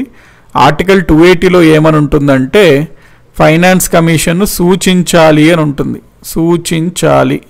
సూచించాలి అంటే ఏంటి, రికమెండ్ చేయాలి అని. రికమెండ్ అంటే ఇన్హెరెంట్ మీనింగ్ డిక్షనరీలో చూస్తే అడ్వైజరీ అని ఉంటుంది. అడ్వైజరీ అంటే సలహా అంటే తప్పకుండా మీరు పాటించాల్సిన అవసరం లేదు అని చెప్పి. కాబట్టి ఫైనాన్స్ కమిషన్ మీకు 41% ఇవ్వండి అందనుకోండి, అది కంపల్సరీ పాటించాలి అనే రూల్ ఎక్కడా లేదు. అది మీ ఇష్టం, పాటిస్తే పాటించండి. కాకపోతే ఫైనాన్స్ కమిషన్ అనేది ఏదో ఒక అల్లాటప్ప సంస్థ కాదు, ఏదో అందాజ్గా బ్రీఫ్గా ఏదో ఒక కాయిన్ వేసో ఒక డైస్ వేసో సరే ఇవ్వండి ఒక 41% అని నిర్ణయించేది కాదు. చాలా సంవత్సరాలు చాలా రాష్ట్రాలు వెళ్ళి చాలా పరిస్థితులు చూసి చాలా అధ్యయనం చేసి వాళ్ళు ఈ నెంబర్కి వస్తారనమాట, చాలా ఫ్యాక్టర్స్ని కన్సిడర్ చేసుకొని. కాబట్టి ఇన్ జనరల్గా వీళ్ళు చెప్పిన దానికి చాలా వెయిట్ ఉంటుంది. కాబట్టి కేంద్ర ప్రభుత్వం వీళ్ళ సలహాను అంగీకరిస్తుంది, ఒప్పుకుంటుంది. అంతే తప్ప కంపల్సరీ చేయాలా అంటే అట్లా రూల్ లేదు. ఎందుకంటే కేవలం సూచనలు మాత్రమే వీళ్ళు చేసేది. కాకపోతే జనరల్గా పాటిస్తుంది కేంద్రం, వాళ్ళ యొక్క సూచనల్ని పాటిస్తుంది అన్నమాట. చైర్మన్ వచ్చేసరికి మనకి యూనియన్ ఫైనాన్స్ మినిస్టర్ చైర్మన్గా ఉంటారు. నెక్స్ట్ ఒక మెంబర్ ఎవరు ఉంటారంటే ఈ జిఎస్టీ కౌన్సిల్లో యూనియన్ మినిస్టర్ ఆఫ్ స్టేట్. మనం ఆల్రెడీ అనుకున్నాం కొన్ని ముఖ్యమైన శాఖలకి ఓవరాల్ హెడ్ ఒక యూనియన్ మినిస్టర్ ఉంటాడు. ఇతను జనరల్గా ముఖ్యమైన శాఖ కాబట్టి క్యాబినెట్ మంత్రి హోదా ఉంటారు. హెల్ప్ చేయడం కోసం మినిస్టర్ ఆఫ్ స్టేట్ ఉంటారు అని మనం అనుకున్నాం already. So minister of state అని ఉంటారు, వీళ్ళకి హెల్ప్ చేయడం కోసం అని అనుకున్నాం మంత్రిత్వ వర్గాల్లో వర్గీకరించుకున్నప్పుడు. సో ఒక మెంబర్ ఎవరు ఉంటారంటే కేంద్రంలోనే మినిస్టర్ ఆఫ్ స్టేట్ హోదా ఉన్న ఒక వ్యక్తి ఉంటారు. మినిస్టర్ ఆఫ్ స్టేట్ MOS అంటాం. ఈయన ఎవరు, minister of state incharge for revenue or finance. So revenue శాఖకు కానీ ఫైనాన్స్ శాఖకు కానీ మినిస్టర్ ఆఫ్ స్టేట్ ఎవరైనా ఉంటారు కదా. ఇప్పుడు ఫర్ ఎగ్జాంపుల్ యూనియన్లో union minister of state incharge of home అంటే మనం కిషన్ రెడ్డి అని చెప్తాం. సో అట్లాగా రెవెన్యూ ఆర్ ఫైనాన్స్ శాఖకు కూడా ఒక union minister of state incharge ఉంటారు, ఆయన ఒక మెంబర్గా ఉంటారు. నెక్స్ట్ మనకి చాలామంది మెంబర్స్ ఉంటారు. వీళ్ళెవరు అంటే గ్రూప్ అన్నమాట. రాష్ట్రాల తరపున, కేంద్రం తరపున వీళ్ళిద్దరు అండి, సెంటర్ తరపున వీళ్ళిద్దరు, వీళ్ళందరూ రాష్ట్రాల తరపున స్టేట్స్ తరపున.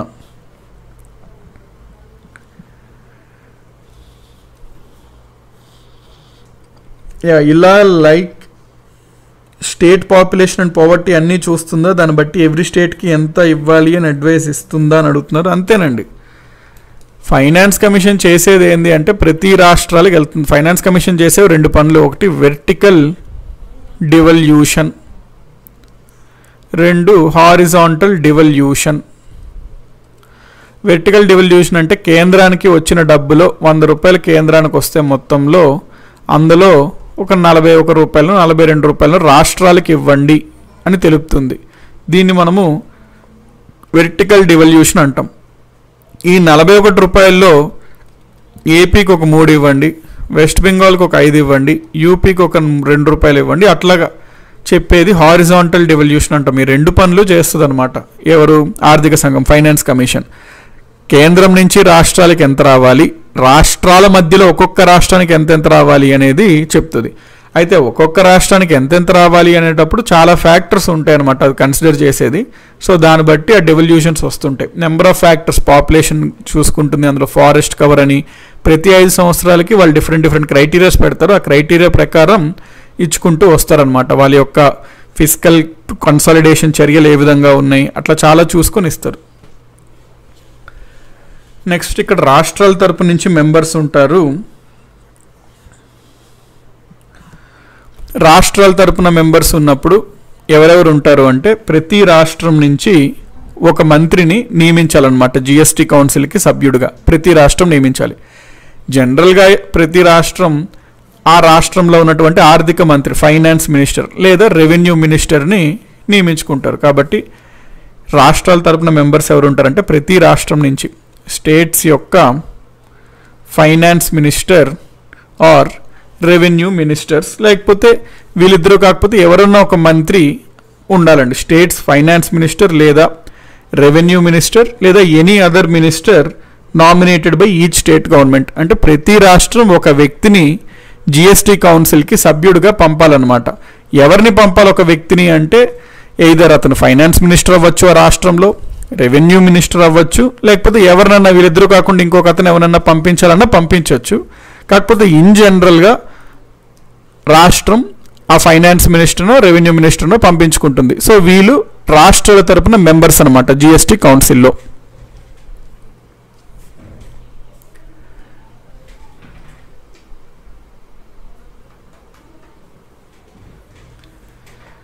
ఇక 15వ ఆర్థిక సంఘం జనాభా ప్రాతిపదికన ఇస్తుంది కాబట్టి దక్షిణ అంటే అది యాక్చువల్లీ ఏంది అంటే మనకి ఫ్యామిలీ ప్లానింగ్ అనేది 4th 5-year plan, 5th 5-year plan ఆ టైం పీరియడ్లో బాగా చేయడం జరిగింది.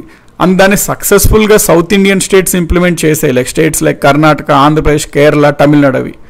అయితే ఇప్పుడు పాపులేషన్ ప్రాతిపదికన ఇచ్చినప్పుడు ఏమవుతుంది, మన పాపులేషన్ ఇప్పుడు కొంచెం కంట్రోల్లో ఉంది, తక్కువగా ఉంది. ఎందుకు? మనం ఫ్యామిలీ ప్లానింగ్ అనేది బాగా చేసుకున్నాం కాబట్టి. వేరేస్ నార్దర్న్ స్టేట్స్ ఏంటి అంటే ఫ్యామిలీ ప్లానింగ్ అంత సమర్థంగా చేయలేదు, దాంతో వాళ్ళ పాపులేషన్ బాగా పెరిగింది. పాపులేషన్ ప్రాతిపదికన ఇచ్చినప్పుడు ఏంటంటే మనకు ఒక పనిష్మెంట్ లాగా తయారవుతుంది. ఎందుకు? మనం అంత కష్టపడి ఈ ఫ్యామిలీ ప్లానింగ్ ఇవన్నీ ఇంత కష్టపడి చేసినందుకు లాస్ట్కి వచ్చింది ఏంటి అంటే ఈ ఫైనాన్స్ కమిషన్ ఇస్తున్న డబ్బుల్లో మనకి రావాల్సినంత ఇది రావట్లేదు. సో ఆ కారణం చేత అట్లా చెప్తున్నారు. 15th ఫైనాన్స్ కమిషన్కి జనరల్గా ఏమని చెప్తున్నారు అంటే సౌత్ ఇండియన్ స్టేట్స్కి పాపులేషన్ పరంగా చూసుకుంటున్నప్పుడు కొంచెం ఇబ్బంది ఎదురవుతుంది, ఎందుకంటే జనాభాని ప్రాతిపదికన ఎక్కువ ఇంపార్టెన్స్ ఇచ్చినప్పుడు ఆ విధంగా అవుతుందని చెప్పి. బట్ మరి అది ఏం చేయాలి అంటే మరి ఆబ్వియస్లీ ఏమంటారు ఆర్థికవేత్తలు, 1971 పాపులేషన్ ఫిక్స్ చేయండి, అప్పుడులో ఉన్న జనాభా బట్టి మీరు డబ్బుల్ని పంచండి అని చెప్తారు. ఓకే, సో ఇప్పుడు వీళ్ళు మెంబర్స్ అనమాట, ఈ రాష్ట్రాల నుంచి ఉంటారు, వీళ్ళందరూ మెంబర్స్. ఇది జిఎస్టీ కౌన్సిల్లో మెంబర్షిప్. అయితే జిఎస్టీ కౌన్సిల్లో ఓటింగ్ ద్వారానే అన్ని నిర్ణయాలు తీసుకుంటారు. ఓటింగ్లో సెంటర్కి 1/3 ఉందండి వెయిట్. సో సెంటర్ నిర్ణయానికి 1/3 ఉందన్నమాట వెయిట్, రాష్ట్రాల నిర్ణయానికి 2/3 ఉంది వెయిట్. సో ఈ పాయింట్ కూడా ఒకసారి క్లియర్గా వినండి. జిఎస్టీ కౌన్సిల్లో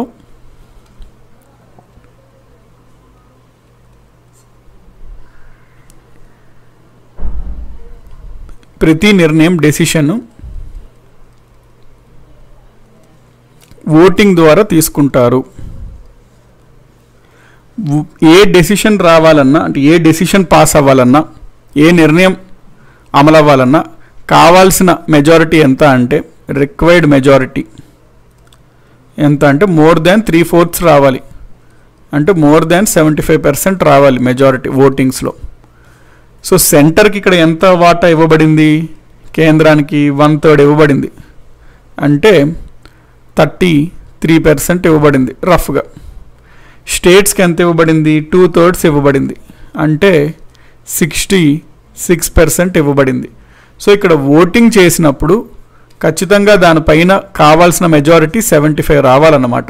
అంటే ఇక్కడ అర్థం అవ్వాల్సిన పాయింట్ ఏంటి అంటే, ఏదన్నా ఒక విషయం పైన సెంటర్కి ఇష్టం లేకపోతే ఆ విషయం, ఆ యొక్క నిర్ణయం, రాష్ట్రాలన్నీ కలిసినా ఆ చట్టంని జిఎస్టీ కౌన్సిల్లో వాటిని అమలు చేయలేవు. ఎందుకంటే రాష్ట్రాలు అన్నీ కలిసినా కావాల్సింది ఉన్నది 66 మాత్రమే, కానీ కావాల్సింది 75. కాబట్టి రాష్ట్రాలు అన్నీ కలిసినా కేంద్రానికి ఇష్టం లేని పని చేయలేదు. నెంబర్ 1 అది. నెంబర్ 2, రాష్ట్రాలకు ఇష్టం లేకుండా కేంద్రానికి ఇష్టం ఉన్న పనిని కూడా కేంద్రం రుద్దలేదు. ఎందుకంటే ఆఫ్టర్ ఆల్ కేంద్రంకు ఉన్నది 33% మాత్రమే, కావాల్సింది 75%. సో ఈ 2 పాయింట్స్ని దీన్ని బట్టి మనం అర్థం చేసుకోవచ్చు. ఓకే, ఇది జిఎస్టీ కౌన్సిల్. సో ప్రతి డెసిషన్ ఓటింగ్ ద్వారా తీసుకుంటారు. నెక్స్ట్, ఇప్పుడు మనకి జిఎస్టీలో కొన్ని వస్తువుల్ని ఇంక్లూడ్ చేయొద్దు అని చెప్పి అనుకున్నారు, కొన్ని వస్తువుల్ని మినహాయింపించుకున్నారు. ఎందుకు అంటే జనరల్గా రాష్ట్ర ప్రభుత్వాలు ఆ విషయంలో ఒప్పుకోలేదన్నమాట. ఆ విషయం మీరు గనక మినహాయిస్తేనే మేము జిఎస్టీకి ఆమోదిస్తాము అని పట్టుబట్టారు రాష్ట్రాలు. దాంతో కేంద్రం చేసేది ఏమీ లేక కొన్ని విషయాల్లో మాత్రం జిఎస్టీని ఎగ్జెంప్ట్ చేసింది, అంటే ఇంక్లూడ్ చేయలేదు జిఎస్టీ పరిధిలో. ప్రధానంగా జిఎస్టీ ఎగ్జెంప్ట్ చేసిన వస్తువులు ఏంటి అంటే 3.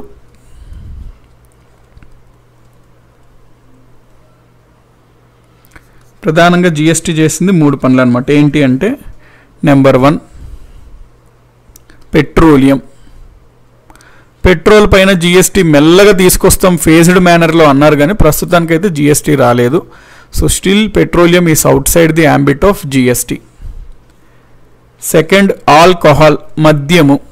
మద్యానికి కూడా for beverage use, for drinking beverage కోసం ఉన్న మద్యము still it is under state only, state యొక్క ఎక్సైజ్ కిందే ఉంటుంది. సో రాష్ట్రాలు ఒప్పుకోలేదు మద్యం ఇవ్వడానికి.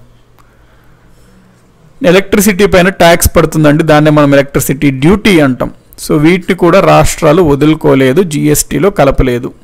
సో ప్రధానంగా ఈ 3 ఎగ్జంప్షన్స్ జిఎస్టీ నుంచి చేయడం జరిగింది. మేజర్ జిఎస్టీ ఎగ్జంప్షన్స్ అన్నమాట ఇవన్నీ.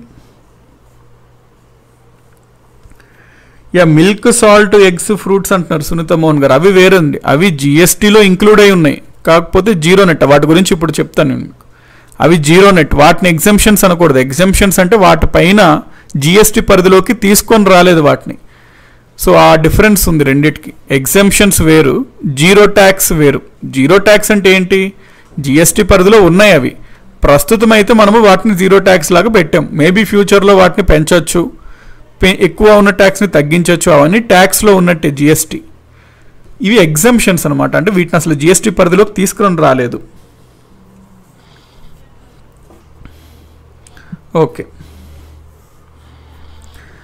ఇప్పుడు ఈ ఏ వస్తువులు జిఎస్టీ స్లాబ్స్ గురించి మనం మాట్లాడుకుందాం.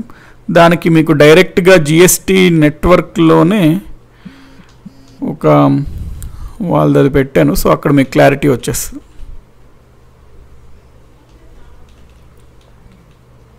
జిఎస్టీ స్లాబ్స్ అంటే ఎంతెంత శాతం మనకి ఏ విధంగా అయితే ఇన్కమ్ ట్యాక్స్ స్లాబ్స్ ఉంటాయో 5%, 2%, 10% అట్లా జిఎస్టీలో కూడా స్లాబ్స్ ఉంటాయి అన్నమాట. సో ఆ జిఎస్టీ స్లాబ్స్ మనం చూసుకున్నట్లయితే ఇక్కడ చూడండి, కొన్ని వస్తువుల పైన, గూడ్స్ పైన చూసుకున్నట్లయితే, ఇది మీరు ఓపికండి ఇంట్రెస్ట్ ఉంటే ఒకసారి అప్డేట్ చేసుకోండి. మిగతా అన్ని వస్తువులు, చాలా వస్తువులు లిస్ట్ ఉంటుంది. సో అవసరం లేదు, అంత అవసరం ఉండదు ఎగ్జామినేషన్స్కి, కానీ మీకు ఇంట్రెస్ట్ ఉంది, టైం ఉంది అంటే మీరు అప్డేట్ చేసుకోవచ్చు దీని గురించి. ఏ ఏ వస్తువులు జిఎస్టీలో ఏ ట్యాక్స్లో పెట్టారు అని. మీరు పైజా బజార్ లేదా మనీ కంట్రోల్ లేదా ఈటీ టైమ్స్, ఇది ఏ వెబ్సైట్లోకి వెళ్ళినా మీకు ఈ లిస్ట్ అంతా ఉంటుంటుంది అనమాట. సో ఇక్కడైతే paisabazar.comది పెట్టాను. సో ఇందులో ఏమని ఉందంటే, serial, grains, sanitary napkins etcetera వీటిని నిల్లో పెట్టారు. ఇవి మారుతూ ఉంటుంటాయండి, అది కూడా నోట్ చేసుకోండి. ఇవి ఎప్పటికెప్పుడు జిఎస్టీ కౌన్సిల్ సమావేశాలు ఏర్పరచుకుంటుంది. సమావేశాలు ఏర్పరచుకుంటున్నప్పుడు వీటిని ఒక బ్రాకెట్ నుంచి ఇంకో బ్రాకెట్కి మారుస్తూ ఉంటుంటారు. సో ఇవి ఫిక్స్డ్ కాదనమాట.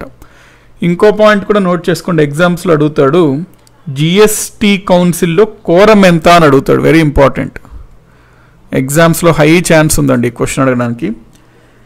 జిఎస్టీ వాటిలో yeah, real estate exemption sir అంటున్నారు. అవునండి, రియల్ ఎస్టేట్ మనకు చాలా ఉన్నాయి, లైక్ గోల్డ్. అంటే నేను మేజర్గా ఎగ్జాంపుల్స్ అన్నట్టు చెప్పాను, ఆ లిస్ట్ అంతా చాలా పెద్దగా ఉంటుందండి. సో మేజర్గా 3 చెప్పాను, ఇంకా అడిషనల్గా ఉంటే అవి మీరు మీ ఇంట్రెస్ట్ బట్టి నోట్ చేసుకోండి అన్నట్టు అనమాట, అంతే. సో రియల్ ఎస్టేట్ కూడా అంటే అది మనం మిస్ అయినట్టు కాదనమాట, రియల్ ఎస్టేట్ కూడా చేసినట్లు, అట్లా చాలా ఉంటాయి లిస్ట్. సో కోరం ఎంత ఫర్ జిఎస్టీ కౌన్సిల్ అని ఎగ్జామ్స్లో అడగచ్చండి, అది కూడా హై ఛాన్స్ ఉంది అడగడానికి. 50% అనమాట. అంటే జిఎస్టీ కౌన్సిల్లో సమావేశం ఏర్పాటు చేయాలి అంటే కనీసం అందులో సభ్యుల్లో 50% అటెండెన్స్ ఉండాలి. సో ఏ విధంగా అయితే మనకి లోక్సభ, రాజ్యసభ, లెజిస్లేటివ్ అసెంబ్లీ, శాసనసభ, శాసనమండలిలో మనము 1/10గా పెట్టుకున్నాం కోరము, వేరస్ జిఎస్టీ కౌన్సిల్కి 50%, హాఫ్గా పెట్టుకున్నాం. సో ఈ పాయింట్ నోట్ చేసుకోండి.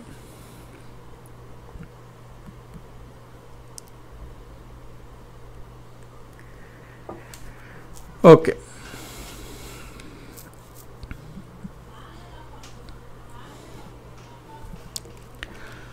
సో ఇక్కడ చూసుకోండి, 2.25%లో కొన్ని ఉంటాయి, 5%లో కొన్ని ఉంటాయి, 12%లో కొన్ని ఉంటాయి, 18లో కొన్ని ఉంటాయి, 28లో కొన్ని ఉంటాయి.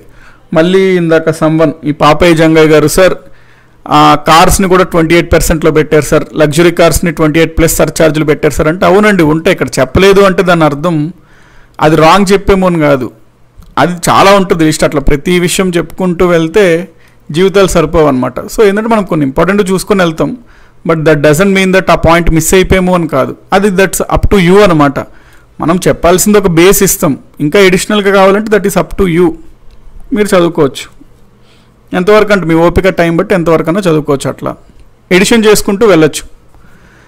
నెక్స్ట్ ఇంకొన్ని లిస్ట్ ఇక్కడ ఉంది, ఇక్కడ చూసుకోండి. కొన్ని ఏమో ఇవి మనకి ఎగ్జామ్ట్ అనడం కరెక్ట్ కాదు, వీటిని 0% అనాలి. ఇక్కడ ఫండమెంటల్గా ఎగ్జామ్ట్ అనకూడదు, వర్డ్ 0% అనాలి. సో 0%లో ఇవన్నీ వస్తాయి, ఎగ్జామ్ట్ అనేది కరెక్ట్ వర్డ్ కాదు వీటికి.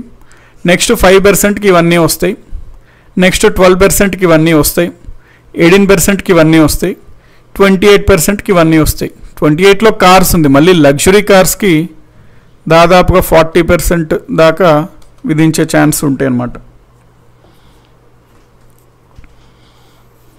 ఓకే, వై నిల్సర్ అంటున్నారు శివతేజ గారు. ఎందుకు అంటే ఇవన్నీ నిత్య అవసరాలండి, వీటిపైన కూడా మనము ట్యాక్స్ విధిస్తే, సో ఒక సాధారణ వ్యక్తికి జిఎస్టీ విధిస్తే బాగా ఇబ్బందికరంగా మారుతుంది కాబట్టి అట్లీస్ట్ ఫర్ టైమ్ సేక్ వీటిని 0%లో ఉంచారు. నిత్య అవసరాలు కాబట్టి, ప్రభావం అందరిపైన పడుతుంది కాబట్టి. Okay,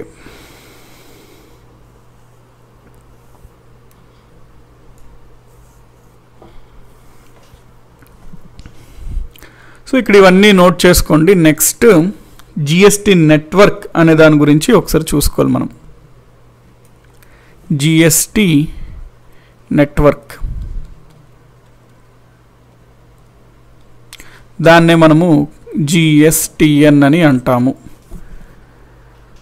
GST network, GST network అంటే ఏం లేదు, ఇప్పుడు ఫర్ ఎగ్జాంపుల్ ఈ జిఎస్టీని అంతా మనము అమలు చేయాలి.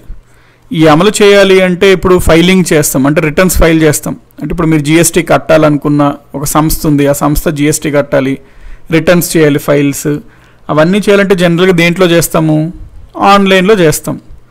సో ఇప్పుడు ఏది చేయాలన్నా మనకి వెనకాల బ్యాక్గ్రౌండ్ ఉన్నటువంటి ఒక ఐటీ బ్యాక్గ్రౌండ్, ఐటీ సాఫ్ట్వేర్ ఉండాలి కదా, ఐటీ బ్యాకప్ ఉండాలన్నమాట. సో ఈ జిఎస్టీని అమలు చేయడానికి కూడా బ్యాక్గ్రౌండ్లో ఐటీ ఇన్ఫ్రాస్ట్రక్చర్ కావాలి. అంటే ఆ సాఫ్ట్వేరు, ఆ వెబ్సైట్, ఆ యొక్క ప్రాసెసింగ్, ఆ పేమెంట్ గేట్వే, అవన్నీ వాటన్నిటిని కలిపి మనం ఐటీ సిస్టమ్ అంటాం, ఆ కావాల్సిన ఇన్ఫ్రాస్ట్రక్చర్.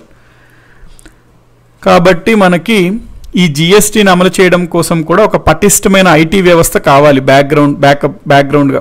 దాని ద్వారానే మనకి జిఎస్టీ అంతా స్మూత్గా ఆన్లైన్లో అమలవుతుంటుంది. సో జిఎస్టీ కోసం కావాల్సిన ఈ బ్యాక్గ్రౌండ్ ఐటీ సిస్టమ్నే మనము జిఎస్టీ నెట్వర్క్ అంటాం, షార్ట్కట్లో జిఎస్టిఎన్ అని అంటాము. సో ఈ జిఎస్టీ నెట్వర్క్ ఏంది అంటే ఇది ఒక నాన్ ప్రాఫిట్ బాడీ, అంటే ఇది ఒక లాభం కోసం పనిచేసే సంస్థ కాదు అన్నట్టు రిజిస్టర్ అయ్యింది. So it's a non profit body, ఇది గుర్తుపెట్టుకోండి, ఎందుకంటే అడుగుతుంటాడు ఎగ్జామ్స్లో. జిఎస్టీ నెట్వర్క్ అనేది ఇది ఒక నాన్ ప్రాఫిట్ బాడీ లాగా రిజిస్టర్ చేశారు.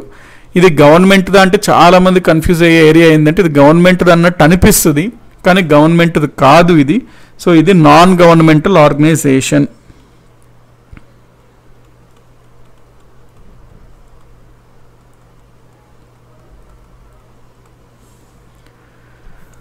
నాన్ గవర్నమెంటల్ ఆర్గనైజేషన్ ఇది ఏంటి అసలు? జిఎస్టీ నెట్వర్క్ అంటే ఇది ఒక IT system for GST, IT system for GST అనమాట. జిఎస్టీ కోసం ఇది ఒక కావాల్సిన బ్యాక్గ్రౌండ్ ఇన్ఫర్మేషన్ టెక్నాలజీ సిస్టము. ఇప్పుడు ఈ జిఎస్టీ నెట్వర్క్ ఎందుకు సార్ నాన్ గవర్నమెంటల్ అన్నారు అనే పాయింట్ మనం చూసుకోవాలి. ఈ జిఎస్టీ నెట్వర్క్లో వాటా ఎవరెవరికి ఎంతెంత ఉంటుంది అంటే ఇందులో కేంద్ర ప్రభుత్వానికి వాటా ఉంటుంది, యూనియన్ గవర్నమెంట్కి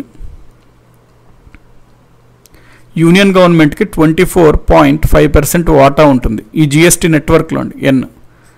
జిఎస్టీ నెట్వర్క్లో యూనియన్ గవర్నమెంట్కి 24.5% వాటా ఉంటుంది. నెక్స్ట్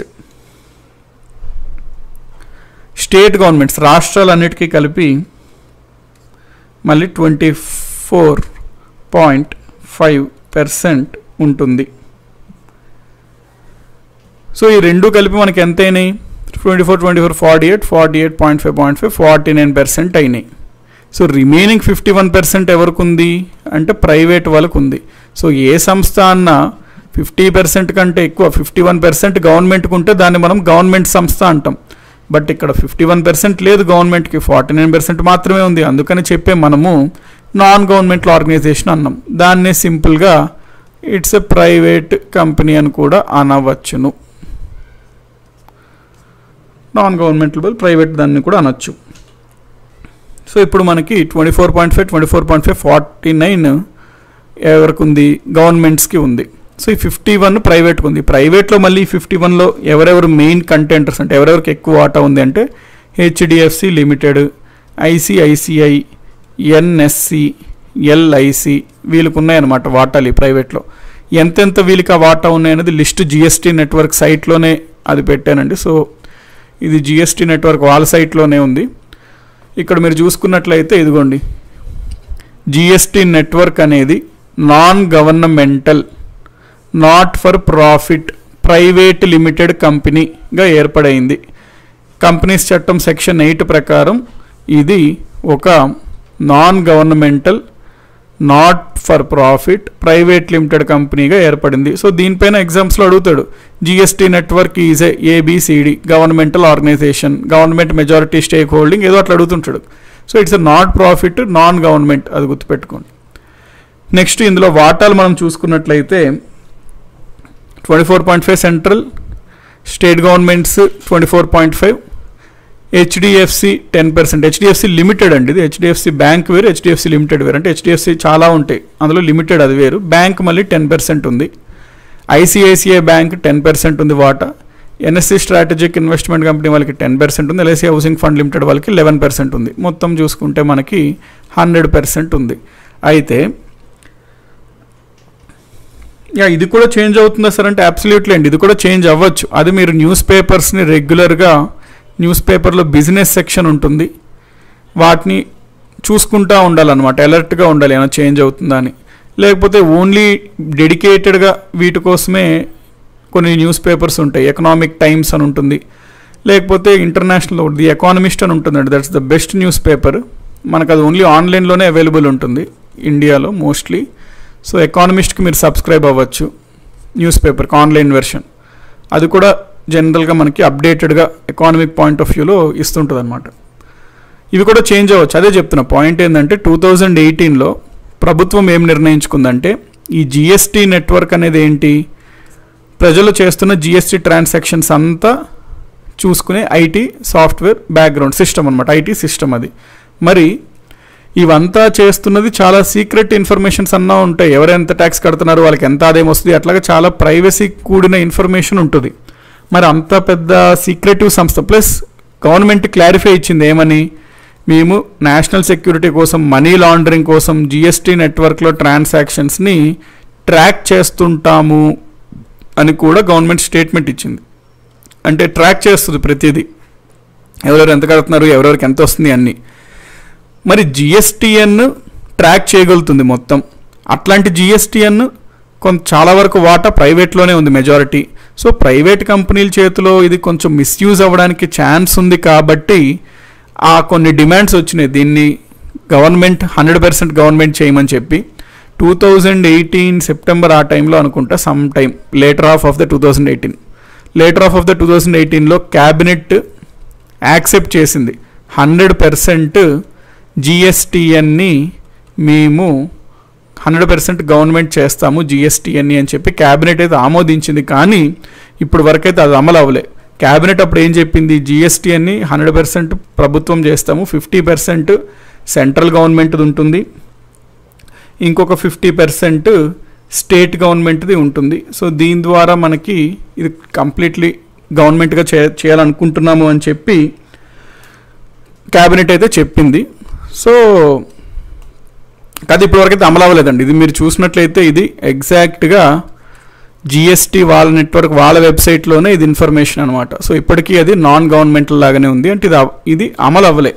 కాకపోతే అప్పుడు చెప్పింది అనమాట క్యాబినెట్ అయితే. సో ఇది కూడా చూసుకోండి. అంటే ఇందాక ఎవరైనా అడిగారు అది మారుతుందా, ఈ లిస్టు మారుతుందా అంటే మారే ఛాన్స్ ఉందండి కంప్లీట్గా.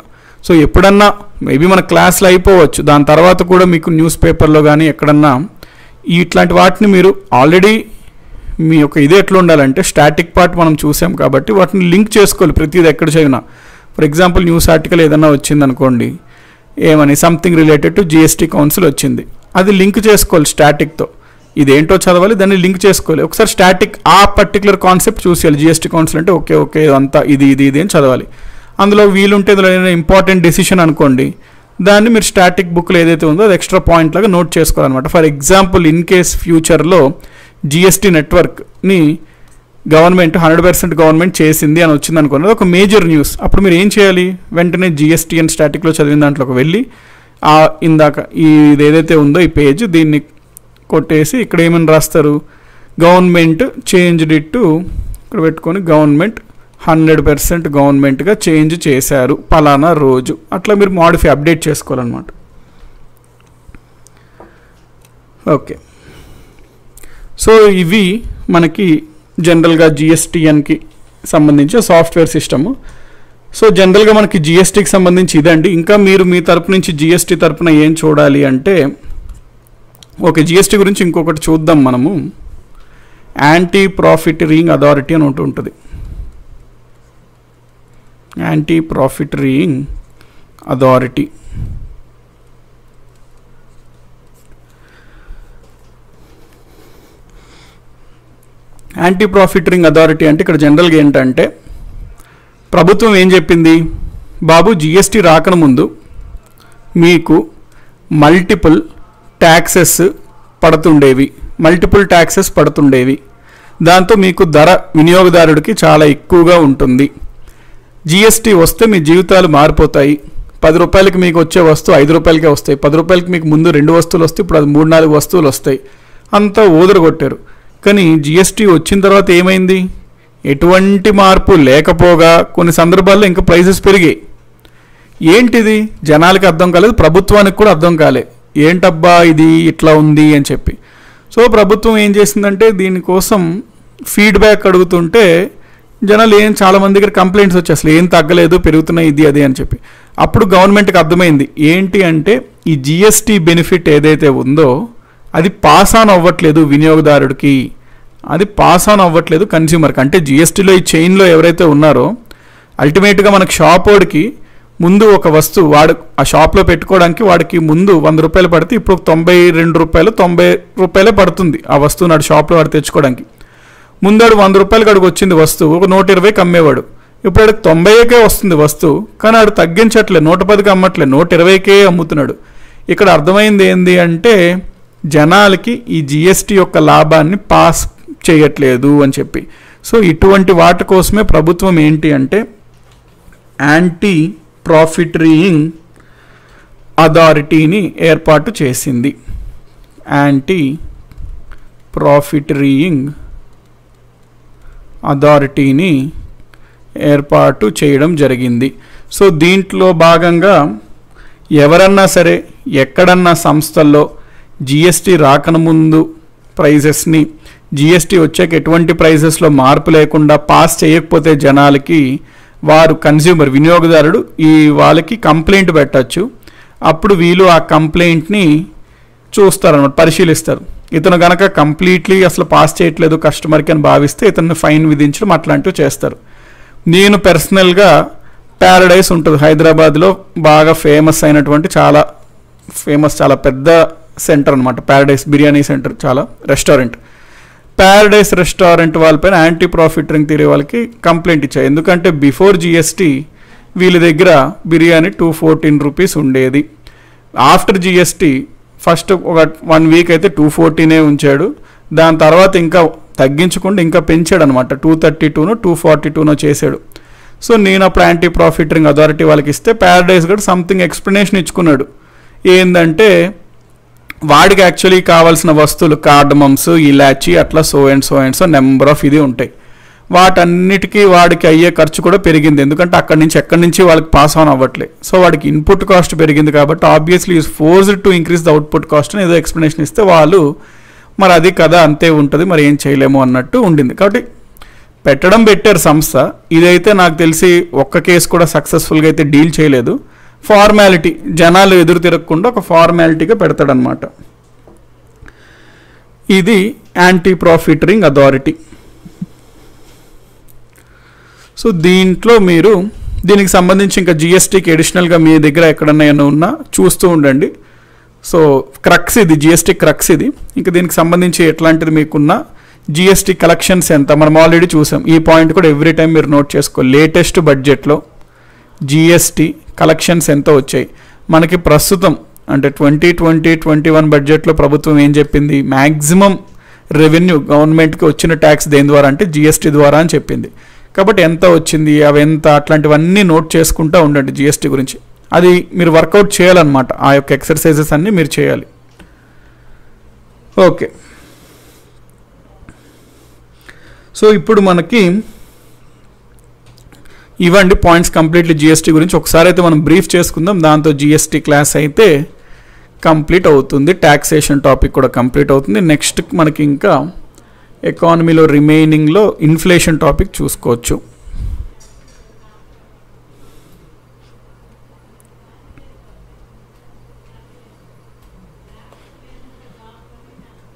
ప్రాసెస్ ఎలా సార్ కంప్లైంట్ ఇవ్వడానికి అంటున్నారు. మెయిల్ పెట్టచ్చండి, కాకపోతే మీరు టైం వేస్ట్ చేసుకోకండి. ఏం మీకు లాభం ఉండదు, అనవసరంగా టైం వేస్ట్ అనమాట అవన్నీ కంప్లైంట్ ఇవ్వడానికి. ఇప్పుడు లేదండి ఇంకా యాంటీ ప్రాఫిటరింగ్ థియరీ ఇప్పుడు నాకు తెలిసి కంప్లీట్గా ఎత్తేసారు కూడా. జిఎస్టీ స్టార్టింగ్లో ఏదో ఒక షో ఆఫ్ లాగా పెట్టారు, యాంటీ ప్రాఫిటరింగ్ అథారిటీ అంతా మేము వచ్చేస్తాం అన్నారు. కానీ ఇప్పుడు నాకు తెలిసి అది తీసేసి ఉంటారు కూడా. లేవండి ఆ classes. Naveen Godavari, industry, foreign trade, unemployment, poverty, etcetera topics అన్నీ నార్మల్ టాపిక్స్ అవన్నీ. సో మోస్ట్లీ అవి ఇంకా లేనట్టే. అవన్నీ మీరు చూస్తుండండి. ఇన్ కేస్ అయినా డౌట్స్ ఉంటే, ఇన్ కేస్ ఫ్యూచర్లో మనము వేరే ఎక్కడన్నా మనకు వీలుంటే we can meet.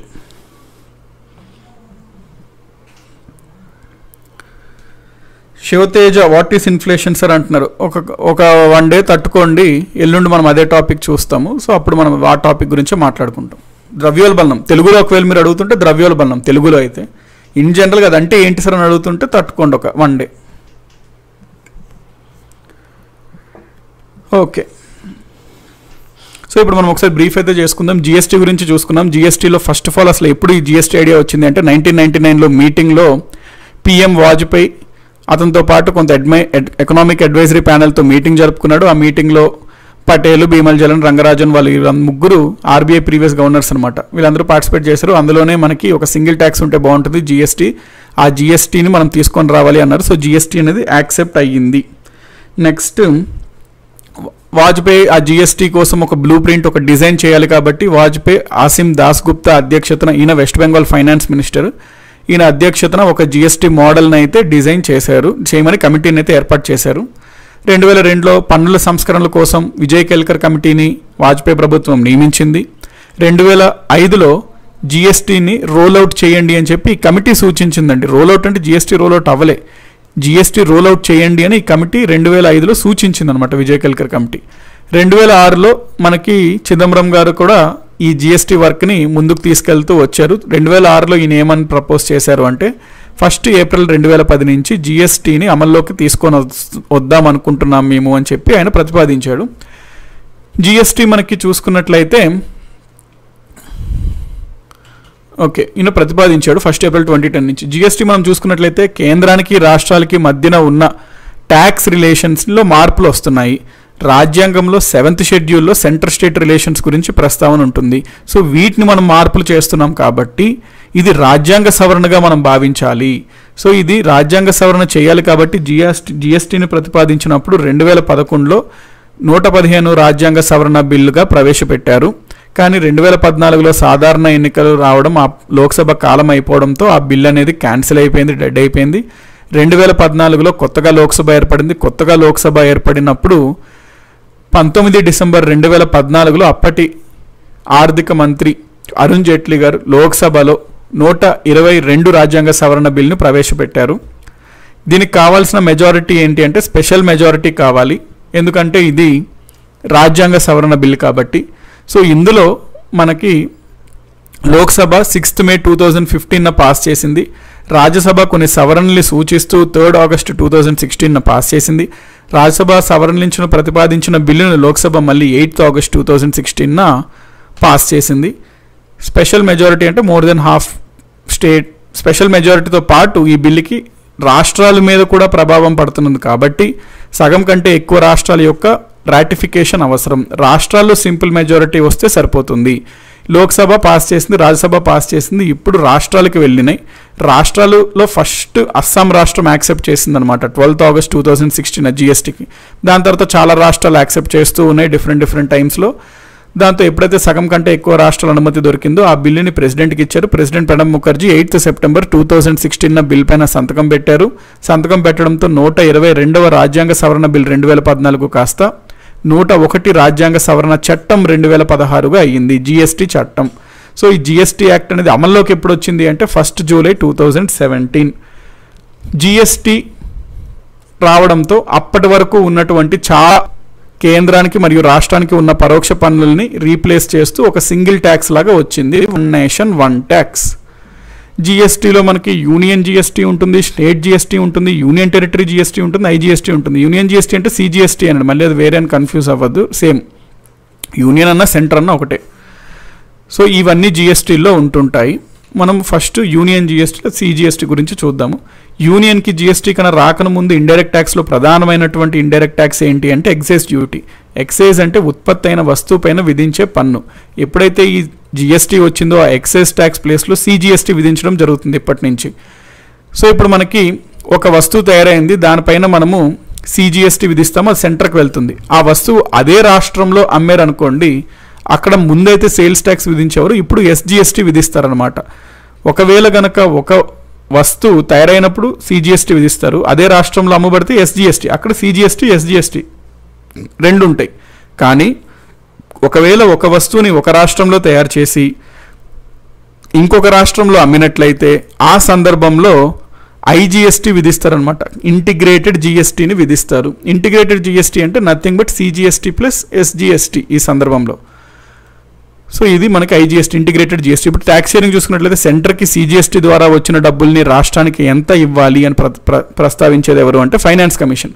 So CGST నుంచి రాష్ట్రాలకి ఇంత ఇవ్వాలి అది నిర్ణయించేది ఫైనాన్స్ కమిషన్ అని చెప్పేది ఏంటి అంటే ఆర్టికల్ 270. నెక్స్ట్ రాష్ట్రాలకి ఐజిఎస్టీ నుంచి కూడా డబ్బు వస్తుంది. ఐజిఎస్టీలో కూడా కొంత షేర్ స్టేట్స్కి ఇవ్వాలి. ఐజిఎస్టీ నుంచి ఎంత వాటా షేర్స్కి ఇవ్వాలి అని తెలిపేది జిఎస్టీ కౌన్సిల్. ఇది ప్రస్తావించేది ఆర్టికల్ 269A. మరి ఫైనాన్స్ కమిషన్ ఏర్పాటు కోసం ప్రస్తావించే ఆర్టికల్ 280, జిఎస్టీ కౌన్సిల్ ఏర్పాటు కోసం ప్రస్తావించే ఆర్టికల్ 279A. ఈ రెండింటిని ఎవరు ఏర్పాటు చేస్తారు అంటే ప్రెసిడెంట్ ఏర్పాటు చేస్తాడు రెండింటిని. జిఎస్టీ కౌన్సిల్ అయినా ప్రెసిడెంట్, ఫైనాన్స్ కమిషన్ అన్నా ప్రెసిడెంట్. జిఎస్టీ కౌన్సిల్లో సభ్యులు రాష్ట్రాల నుంచి ఉంటారు, కేంద్రం నుంచి ఉంటారు. నెక్స్ట్ మనకి మెంబర్స్ కనుక మనం చూసుకున్నట్లయితే ఎవరెవరు ఉంటారు ఈ జిఎస్టీ కౌన్సిల్లో అంటే చైర్మన్ ఒక అతను ఉంటాడు. ఆ చైర్మన్ ఎవరు అంటే యూనియన్ ఫైనాన్స్ మినిస్టర్. మెంబర్ ఎవరు అంటే సెంటర్ నుంచి, వీళ్ళిద్దరూ సెంటర్ తరపున అనమాట. మెంబర్ ఎవరు అంటే union minister of state who is incharge of revenue or finance. So revenue లేదా ఫైనాన్స్కి ఇన్ఛార్జ్ ఉన్నటువంటి మినిస్టర్ ఆఫ్ స్టేట్ హోదాలో ఉన్న మినిస్టర్ కూడా వీళ్ళిద్దరూ సెంటర్ నుంచి. రాష్ట్రాల నుంచి ఏంటంటే ప్రతి రాష్ట్రం నుంచి ఒక మంత్రిని పంపుతారు. జనరల్గా మంత్రి రెవెన్యూనో ఫైనాన్స్ మంత్రి ఉంటాడు. ఏ మంత్రి అన్నా పంపొచ్చు. యూజువల్గా రెవెన్యూ ఆర్ ఫైనాన్స్ మంత్రి ఉంటాడు. నెక్స్ట్ సునీత మోహన్ గారు అన్నట్టు ఈరోజు జిఎస్టీ కౌన్సిల్ మీటింగ్ ఉందండి. మీరు రైటే. సో ఈరోజు జిఎస్టీ కౌన్సిల్ మీటింగ్ ఉంది. యాక్చువల్లీ లాక్డౌన్ అయిన తర్వాత ఫస్ట్ మీటింగ్ అనమాట ఇది జిఎస్టీ కౌన్సిల్ మీటింగ్.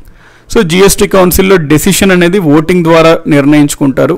ఓటింగ్ కావాల్సిన మెజారిటీ 75% మెజారిటీ కన్నా ఎక్కువ రావాలి. డెసిషన్ అనేది voting required majority more than 3/4. సెంటర్కి వాటా ఎంత ఓటింగ్లో అంటే 33%, స్టేట్స్కి వాటా ఎంత ఓటింగ్లో అంటే 66%. ఏ నిర్ణయం తీసుకోవాలన్నా కావాల్సిన మెజారిటీ ఏంది అంటే 75%. జిఎస్టీ నుంచి కొన్ని ఎగ్జంప్షన్స్ అయినాయి. Petroleum, alcohol, electricity duty etcetera etcetera. So మనకి జిఎస్టీ స్లాబ్స్ అనుకున్నాము 0, 5, 12, 8 అట్లా ఉంటాయి అనుకున్నాం. ఏమేమి 0 కింద వస్తాయి, ఏమేమి 5 కింద వస్తాయి, ఏమేమి 12, 18, 28 అవి రిపీటెడ్గా మారుతూ ఉంటుంటాయి. ప్రతి కౌన్సిల్ మీటింగ్లో వాటిని మారుస్తూ ఉంటారు. సో అవి అప్డేట్ చేసుకోవాలన్నమాట ఎప్పటికెప్పుడు. సో వాటిని కొంచెం చూసుకోండి. నెక్స్ట్ మనకి యాంటీ ప్రాఫిటరీ అథారిటీ అంటే జిఎస్టీ నుంచి వచ్చిన లాభాలని కస్టమర్కి పాస్ అవ్వకపోతే అవి చూడడం కోసం ఏర్పాటు చేసిన సంస్థ ఇది. జిఎస్టీ నెట్వర్క్ అంటే ఇది ఒక ఐటీ బ్యాక్గ్రౌండ్ సిస్టమ్ అనమాట. జిఎస్టీ మొత్తానికి ఆన్లైన్లో కావాల్సిన background IT system GST network. ఇది non profit non governmental IT system for GST. ఇందులో వాటా మనం ఇక్కడ చూసుకున్నాము. సో ఇవి స్లాబ్స్ ఏమేమి వస్తాయి అనేది ఇక్కడ మనకి వాటాలు ఇక్కడ చూసుకున్నాం ఎంతెంత ఉంది. అయితే ప్రపోజల్ ఉంది జిఎస్టీ నెట్వర్క్లో 100% గవర్నమెంట్ అని. ఇప్పుడు వరకు అయితే అది అమలు అవ్వలేదు. సో ఒకవేళ అమలైతే మనము చూడొచ్చు. అమలైతే 50% CG central government, 50% state government అని ప్రతిపాదించింది. క్యాబినెట్ అయితే ఒప్పుకుంది. సో మేబీ ఫ్యూచర్లో అది వస్తుంది. వచ్చినప్పుడు మనము చూసుకోవాలి వాటి గురించి. సో ఈ పాయింట్స్ ఇవన్నీ నోట్ చేసుకోండి. యాంటీ ప్రాఫిటరింగ్ ఇది సో ఈరోజు జిఎస్టీ కౌన్సిల్ లాక్డౌన్ మీటింగ్ జరుగుతుంది. అక్కడ ఏంటంటే ఈ రాష్ట్రాల నుంచి మెంబర్స్ 50% కోరం కూడా నోట్ చేసుకోండి. హై ఛాన్స్ అనమాట ఎగ్జామ్స్లో అడగడానికి. కోరం కూడా ఎంత అంటే 50%. అంటే ఇప్పుడు జిఎస్టీ కౌన్సిల్ ఈరోజు జరగాలి అన్న అక్కడ ఉన్న సభ్యుల్లో అంటే union finance minister Nirmala Sitharaman chairman ఉంటారు. మినిస్టర్ ఆఫ్ స్టేట్ ఒక అతను ఉంటాడు కేంద్రం నుంచి. ఇంకా రాష్ట్రాల నుంచి వీళ్ళందరూ సభ్యులు ఉంటారు. సో వీళ్ళందరూ కలిసి ఏమైనా నిర్ణయాలు తీసుకుంటారు. జిఎస్టీలు పెంచాలా, తగ్గించాలా, ఏంటి, ఎట్లా అవన్నీ. సో ఇది మనకి జిఎస్టీ గురించి. నెక్స్ట్ మనం క్లాస్లో ఇన్ఫ్లేషన్ చూసుకుంటామండి. రిమైనింగ్ క్లాస్ అంటే మనకి ఇంకా only economy I think we have 1 class. So అందులో మనం ఇన్ఫ్లేషన్ ద్రవ్యోల్బణం అనేది మనం చూసుకుంటాము. సో దానికి కావాల్సిన బ్యాక్గ్రౌండ్ వాటిని కూడా మనం చూసుకుందాం. ఓకేనండి. This is what is required for GST. ఈరోజు కౌన్సిల్ కూడా ఒకసారి చూడండి. రేపు పొద్దున్న న్యూస్ పేపర్లో వస్తుంది మీకు జిఎస్టీ కౌన్సిల్ ఇది అని చెప్పి. సో ఒకసారి చదవండి. సో దట్ మీకు ఆ కనెక్షన్ ఏర్పడుతుంది అనమాట ఈ టాపిక్ సంబంధించి. So this is entire for economy class. మళ్ళీ మనము తిరిగి సాయంత్రం 5 PM హిస్టరీ క్లాస్లో కలుసుకుందాం. హిస్టరీలో మనము మొఘల్స్ టాపిక్ చూసుకుందాం. మొఘల్స్ మనకి 2 క్లాసెస్ పడతాయి. ఈరోజు క్లాస్లో మనం మోస్ట్లీ పొలిటికల్ హిస్టరీ చూసుకుందాం, రాజకీయ చరిత్ర, కింగ్స్ గురించి. So each one of you thank you అండి వెరీ మచ్. మళ్ళీ మనము సాయంత్రం 5 o'clock షార్ప్గా హిస్టరీ క్లాస్లో కలుసుకుందాము. Until then take care and goodbye each one of you. Thank you very much and take care అండి.